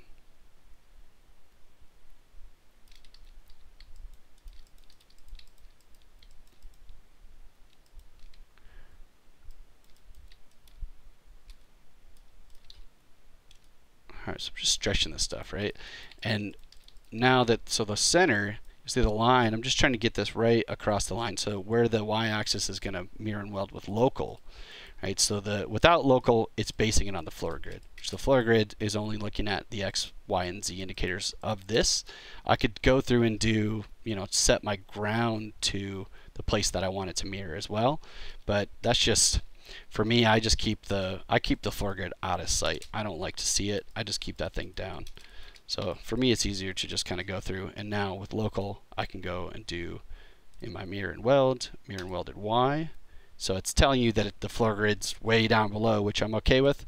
I'm going to click OK, and you'll see that it's just going to update that mesh. So it's just mirroring it, and it's changing the organization of these parts, but you know, for me, it's like the randomness is what's great about this. You know, I'm not trying to keep everything too specific in one area. So it kind of helps, you know, it helps for me to kind of modify, and I can just go in and maybe grab this, center this guy. So I just want to get this whole thing in a place where it kind of looks like there's some kind of rhyme or reason going on.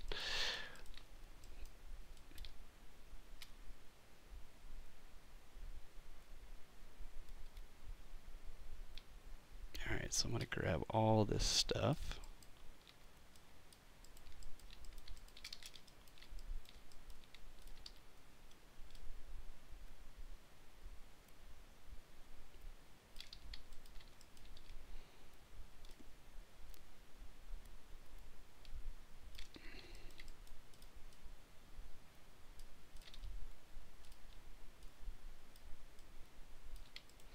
Alright, cool. So now the center of the mesh has changed. I've changed the orientation of it, so I could go through and do some of my quick mirror and weld options. So I'm going to do mirror weld in X and Y. So I didn't do some of those actions that I just did on this side, so I'm going to fix that by mirroring and welding in X and Y. So I have a macro for this, and then I got that lined up. Alright, so then maybe these guys, I might just go through, grab those. Alright, so there's no overlapping. And then let's quickly mirror and weld those in. Whoops. Make sure local. So there's a good example of, you see local is just looking at the mesh itself. So with local, if I do a mirror and weld, it's just, you're really not getting anything in this case, right? Because it's just keeping this thing, it's mirroring and welding this side over to this side, which it's already mirrored. So I need to make sure local's off for that. And then now it's looking at, without local symmetry, it's looking at the world axis. So I could go through and mirror and weld in X. And then let's do mirror weld in, I should have done XZ. So XZ will do that. And then I can just bring this guy over. Fix that later. Alright, cool. So then, whoops, one more thing.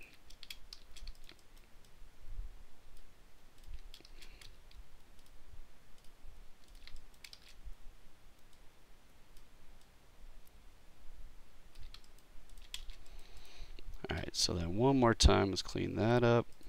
I know it might be weird to you guys that I don't like to work with symmetry too much. I feel like often I forget to orient the gizmo to both, or I forget to do something. So for me, it's just the way my brain works. You know, a lot of times I'll do it for like modeling an asset or sculpting and all that kind of stuff. But for this stuff, also I'm very left brain oriented for whatever reason. I've talked about this a ton on the stream, but I just visualize one side. It almost stresses me out to see both sides. So I just focus on one area because I like to zoom up on one part and I can't see everything. So for me, it just makes more sense to just turn it off so I don't mess anything else up, and then I can just mirror and weld over. Alright, so then let's see, what do I want to do? I want to add some more quick parts here. So I'm going to go back to, let's do some subtractive parts so I can get the shell going.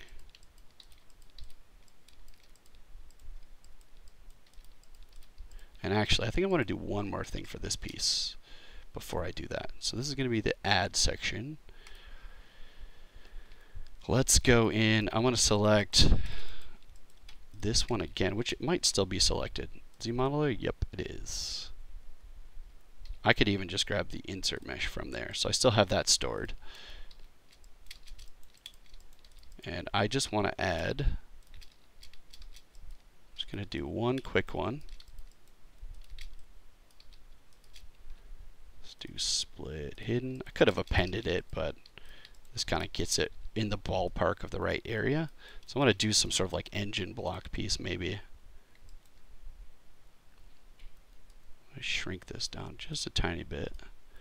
Still trying to keep the scale of like the edges themselves relatively small, so this all appears to be, you know, pretty large. So it has been taking quite a bit of like modification to keep these things to scale. Alright, so we'll bring this out. Neck. And we'll say start with this.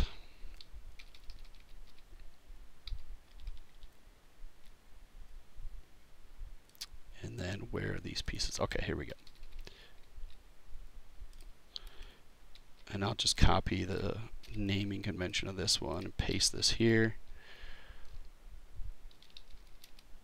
We'll say part 1.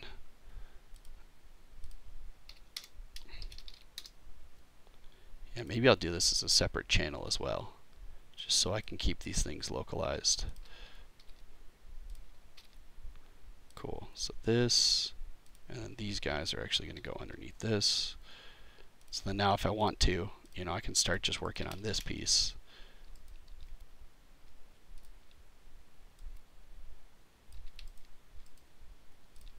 And then this, real quick, you know, tip if you want to just duplicate this part, I want to keep the same part and just bring it down in the same subtool. So I'm just going to hold Control and drag, and that'll duplicate this part. And I can start using this one as like a smaller engine block. Checking, maybe grab this now. Oops.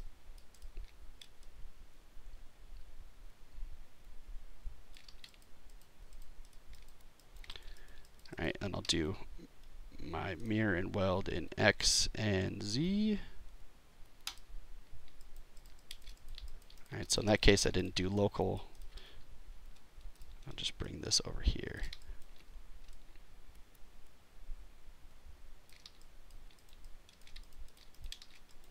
Alright, cool. So that's good. Now I can go back and start turning on my chain. So I turn on my greeble, and then there's the main start piece, which actually in this case I'm going to turn that one off. Alright, now I want to do some nano subtracts. So this is why it helps to, you know, I can keep the main one on, but with these off I can select them individually. So that way once I split everything off, they don't kind of overlap with each other. It just kind of helps it to more quickly be visualized in that way. I'm gonna grab some water.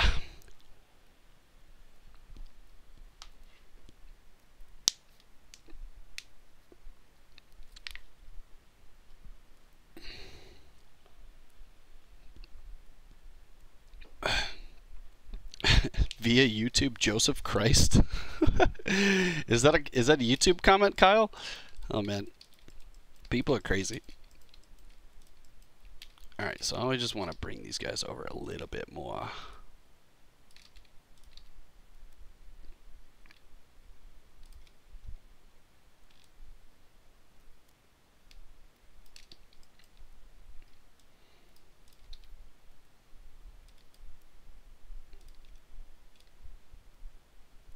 Ooh, and it might be cool to match that as well. Alright, so I'm going to do a little tweaking here.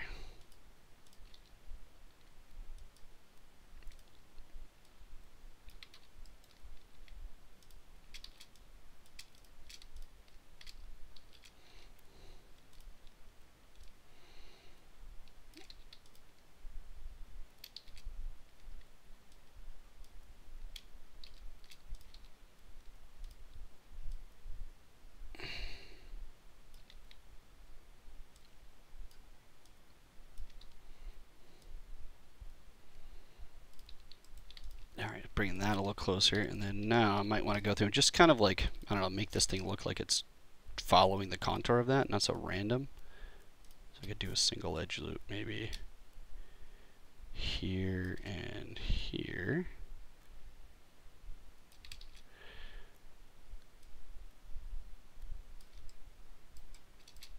Alright, now quick trick if you guys haven't seen me do this already. I just want to make this a straight line, so I just mask off the edge, and I can go in and just Control Shift and use Clip Curve. So I'm just drawing a mask over, and then whichever direction the gradient's forcing, it's pulling the edge loop in that way. Anything that's unmasked. So it's a flattening tool, but it helps to actually, you know, do this kind of stuff. And then now I can go into the edge and slide the edge loop, you know, to kind of reposition, which will reorient, or in this case I don't want it to move, so I'm going to keep it here.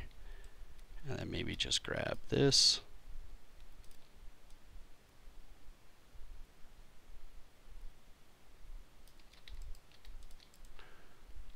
And let's see if I want to match that. Just trying to line these edges up a little bit better. Put that more in the center.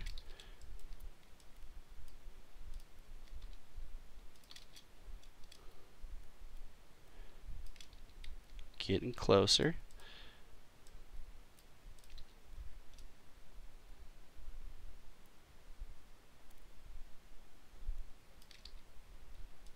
Alright, now I could go in and slide maybe the edge just to bring this back.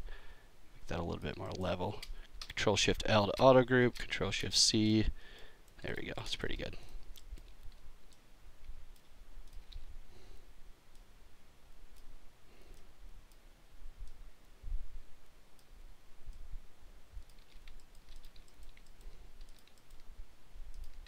Alright, I'll probably tweak that later.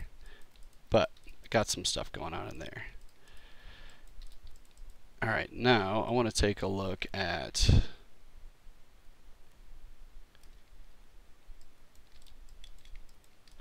man, you know what? I'm thinking that this one is actually going to be too big.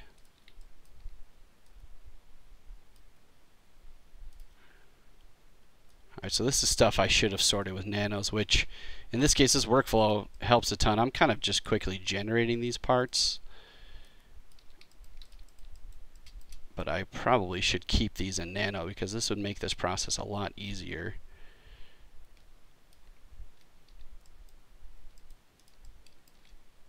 Instead of having to redo all of it or manually do it. So yeah, keep that in mind if you guys are doing this stuff. Like this is really, I'm really not sticking to my own script here and making this easier. Like I should have just kept it there so I can tweak it and I don't have to go through and do this kind of stuff.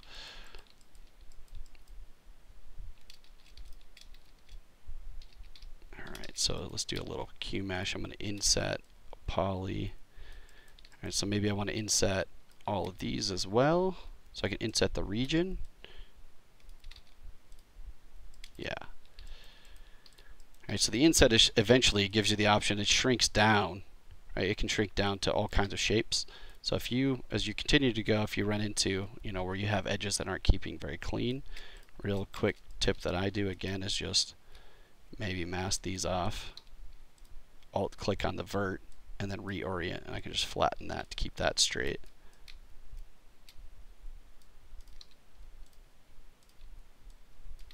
Oops, make sure that one's masked.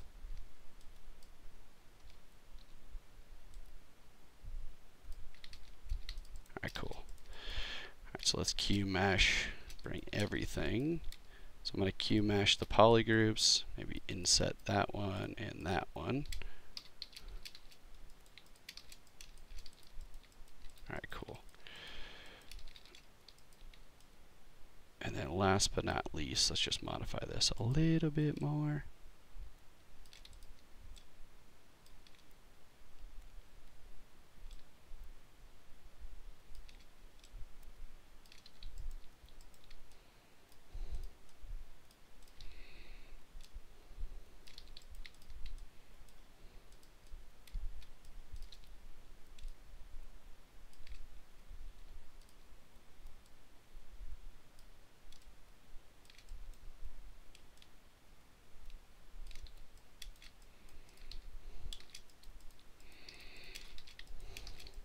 Alright, cool. So, you know, maybe I'll want to bridge these guys together, which I could.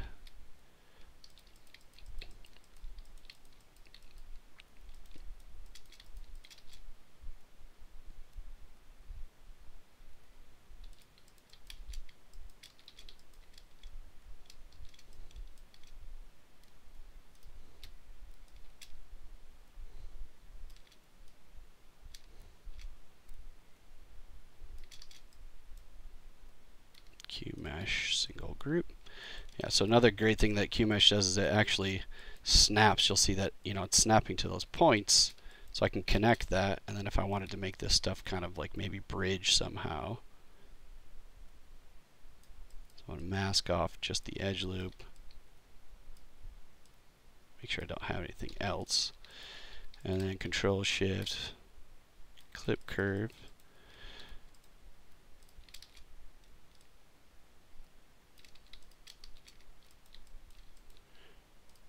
Sometimes the mask lasso helps when you have these edges that are not perfectly oriented straight.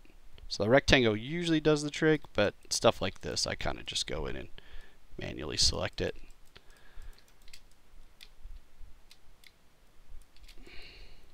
And then Alt click with the go to Unmask Center, and I can center this stuff.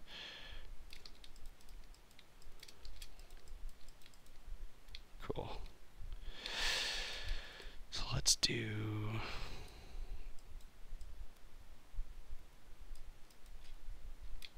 a little polygroup assigning. Just holding Alt and painting some of these.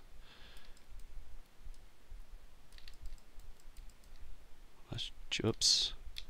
Polygroup, if I hold, left mouse button, click to hold, and then I tap Alt, I can cycle through. So I sometimes just make sure that I got a visible, like a separate group. Because sometimes you can get a group that's the same, or appears to be the same color, but it's not. Essentially, with polygroups, you can get an infinite number of colors. It just changes it by, 0.00001 decimal points. So you can have similar color groups. So now I can go do QMesh polygroup all, bring this up maybe.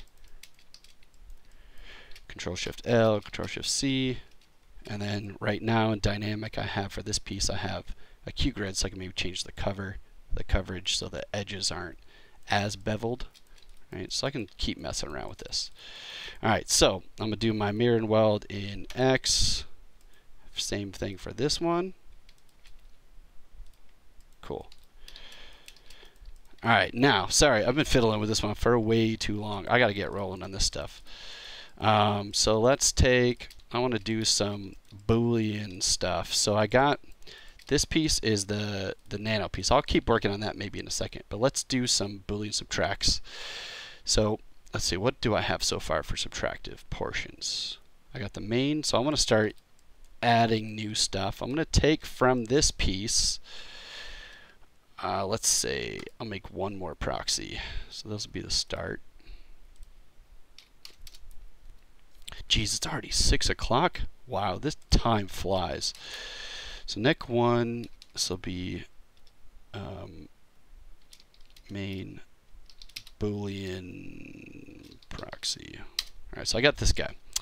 So I'm just going to use this because I'm going to build some topology. I want to keep this thing, the low topo for this as it is. So I make a copy and I can work on this by itself. So I can go through and add all kinds of edge loops just to break away parts. So for this thing I want to do some subtractive areas. So maybe I'll go through and just add an edge loop here. So I'll grab just a little. So I'm just adding a cross between it. So I want to do it maybe for, I don't know, we'll say it stops here and stops there. So I'm going to go to polygroup, a single poly. So I'm going to Alt paint just a strip here.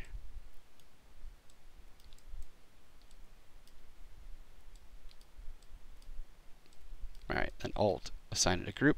So the reason I add an edge loop across and then horizontally is this allows me, when I hold Control Shift with selection, I can do it with clip curve, but selection is easier. So if I Control Shift, it always localizes to a point, so I can grab a polygroup easier if I have a point to select. Without it, if you didn't have that, sometimes, like if I click on this, you see now it's taking the blue group too. So it's better, to make selections like that when you can just isolate a point. So I can just grab this, and then I could do, actually in this case, I want to take this piece, I'm going to duplicate that one. So make a copy, I'm just going to get this, and I'm going to go to Modified Topology, and I'm going to delete Hidden. Alright, so I just have this piece now. So I'll uncrease everything. So this is Boolean, we'll say sub 1. Alright, so now I'm going to take this guy, go into my QMesh, all polygons. So I'm just bringing this into the surface. I'm going to use that as a subtractive. And then I just want to make sure that it goes out a little bit more. So I'm going to do, let's make sure that this is one group. Always make sure your display properties is on double so you don't have two sides. So I'm going to group this by itself, QMesh polygroup. bring this up. There we go. So now it's going to intersect or subtract from that. So I'll do my polygroup option, increase everything. Oops. So for this part, we'll say I'll leave the coverage for dynamic for the bevel, but just lower it a little bit. Now we can go in and I can do, well, we can start by setting this to subtractive. All right, so you go subtractive. This is where we'll really start seeing the Boolean stuff. So this piece here, make sure that the other ones are off. All right, so there's the subtraction port. So I'm going to just do a little paneling. So I'll local this maybe if I wanted to shrink it, but let's say I want to do repeat parts. I'm going to stretch this across like a strip of little subtractive panels. So in this case, this is where ArrayMesh is great. So I'll just take this. Let's do lock position and size. And I want to repeat it maybe 6 times. And then I'll go in, select my transpose option. So now when I click Gizmo, if I turn this off, I can go to the transpose tool and then use this now to just drag this across. And if I turn polyframe off, you'll see that now I'm actually controlling how many of these are subtracting, and it's still a preview. Right? So if I wanted to go through and take this piece, again, I've showed this to some of you guys if you are repeat watchers, but for multiple edge loops, I could go and maybe just do this little trick again.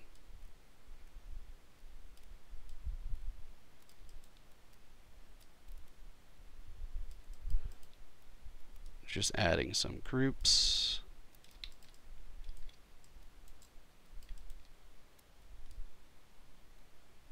Trying to get it roughly. I could play around and fiddle with it to make it exact, but even without, whoops, I don't want to lose those polygroups yet.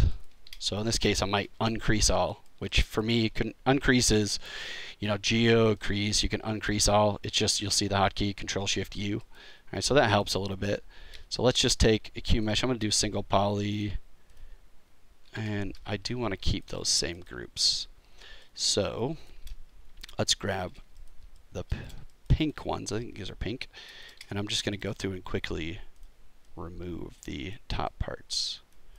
So this is another reason why if you don't have sort of a cross for the polygroups themselves, sometimes you'll see when you hide and show a lot many polys, you'll see that some of them come back.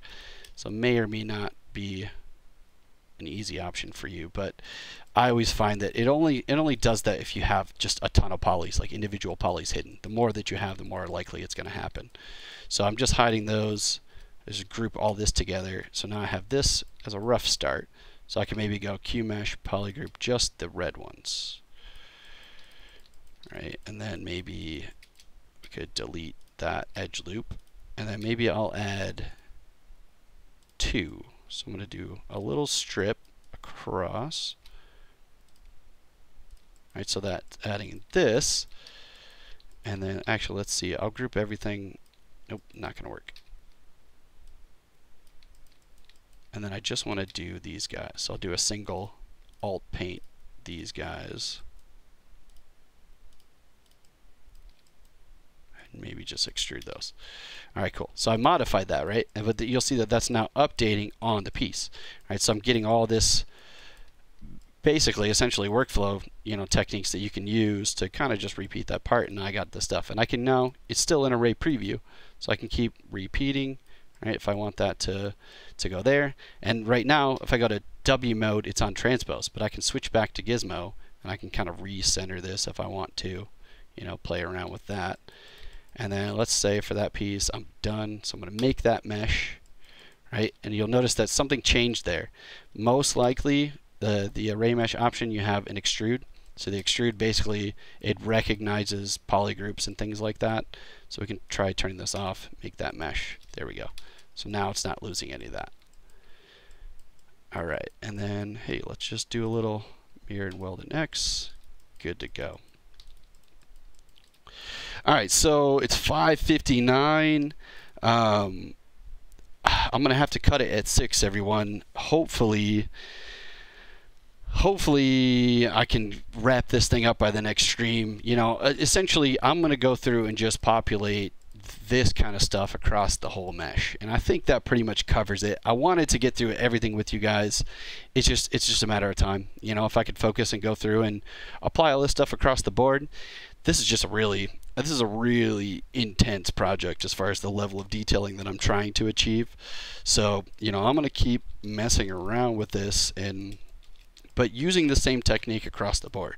You know, and the more, I recommend, if you're just tuning in, if you're just checking this out, you know, the more individual parts that you can work with, or the more that you kind of take advantage of modifying stuff, you know, like taking this piece, I can just go through and, you know, turn this into a Boolean subtract if I want to, you know, so I can continue to work like this, but I'm going to keep doing this until this thing is done. So my plan is for the next stream, well, I don't know, you guys tell me. For those of you that are still here, it looks like 44 or so people, I am absolutely game to continue working on this. If it's boring to you guys and you're just watching me repeat the same stuff, I totally understand.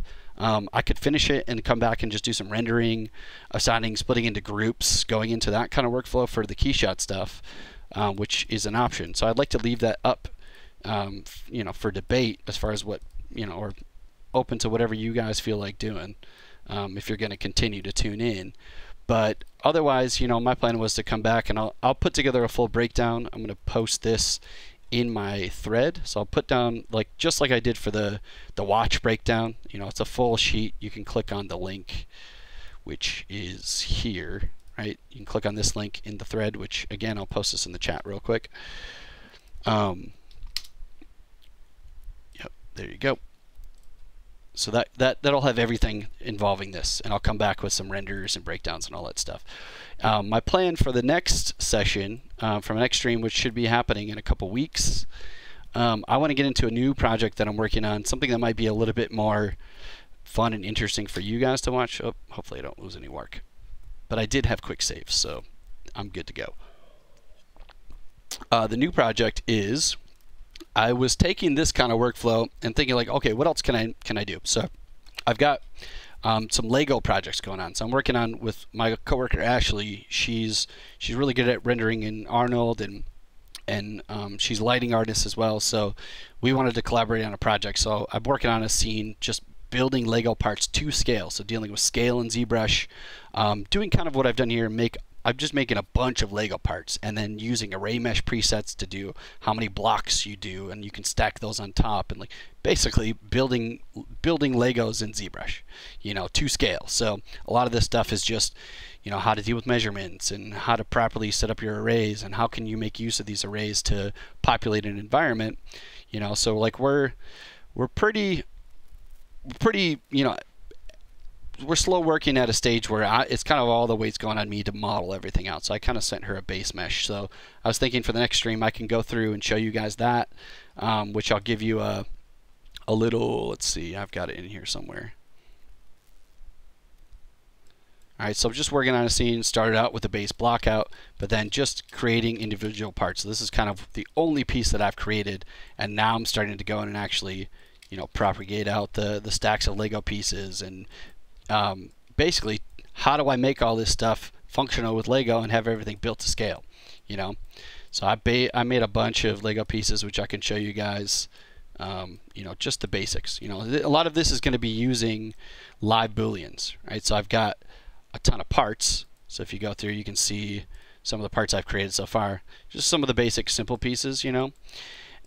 Dealing with stuff at a certain angle, so like building a part at a, you know, certain, like a 15-degree angle if I can repeat similar parts, you know, setting up live Booleans, right? So I've got, you know, basic Lego piece here. If I turn on my live Boolean, right, and I can go to even the text here if I want to, right, and using the 3D plugin, our 3D text plugin as well, right, so I can make a full Lego piece, you know, sets the scale once all this stuff is finished, you know. So I'm block modeling a ton of these things and using ZModeler. So if you're unfamiliar with ZModeler, you know, this will give me an opportunity to go through and show you guys from scratch, you know, how to make some of these pieces, and how to kind of make use of this stuff. So a lot, again, it's a lot of ArrayMesh, NanoMesh, ZModeler, 3D Gizmo, some of the deformers, right, using all these basic deformers to wrap and contour certain things.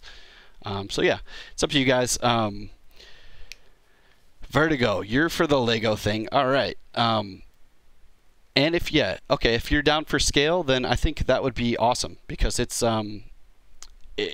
relatively simple, but there's a few steps that we have to go through to kind of go through and set up a workflow. So I can give you guys that. So let's plan on doing that. I'll show you guys a final breakdown of the ship when we come back the next stream, and then we'll get into the Lego stuff, which has been really fun, and I'm sure Ashley will appreciate it. That way I can actually get all this work done for her in a timely manner, So, for now, I guess we'll call it, and I'll sign off at this point, unless you guys have any final questions. Kyle's down for Lego too. Okay, I'm thinking that's going to be the one. All right, people. Well, thank you so much, all of you women and men out there, all 45 of you are willing to sit through, me talking and jabbering on and on about all this stuff. But thanks for tuning in, and I'll have some renders for you guys next time. Cool? All right. This is stream number 3. Man, these things go fast. But I'll catch you guys next time. Schedule will be posted on ZBrushLive.com. And also, the summit's coming up, a couple weeks. Don't forget, it's free. So if you're in LA, you gotta come. I just think it should be mandatory for anybody that uses ZBrush. But if not, we're going to be streaming everything online. It's all going to be there. So I'm sure you guys, all of you, are familiar with this at some point. You've seen it. We got full recaps on our YouTube page, Pixelogic at ZBrush, spelled AT, not the @ symbol. But yeah, so I'll catch you next time, and thanks again for tuning in.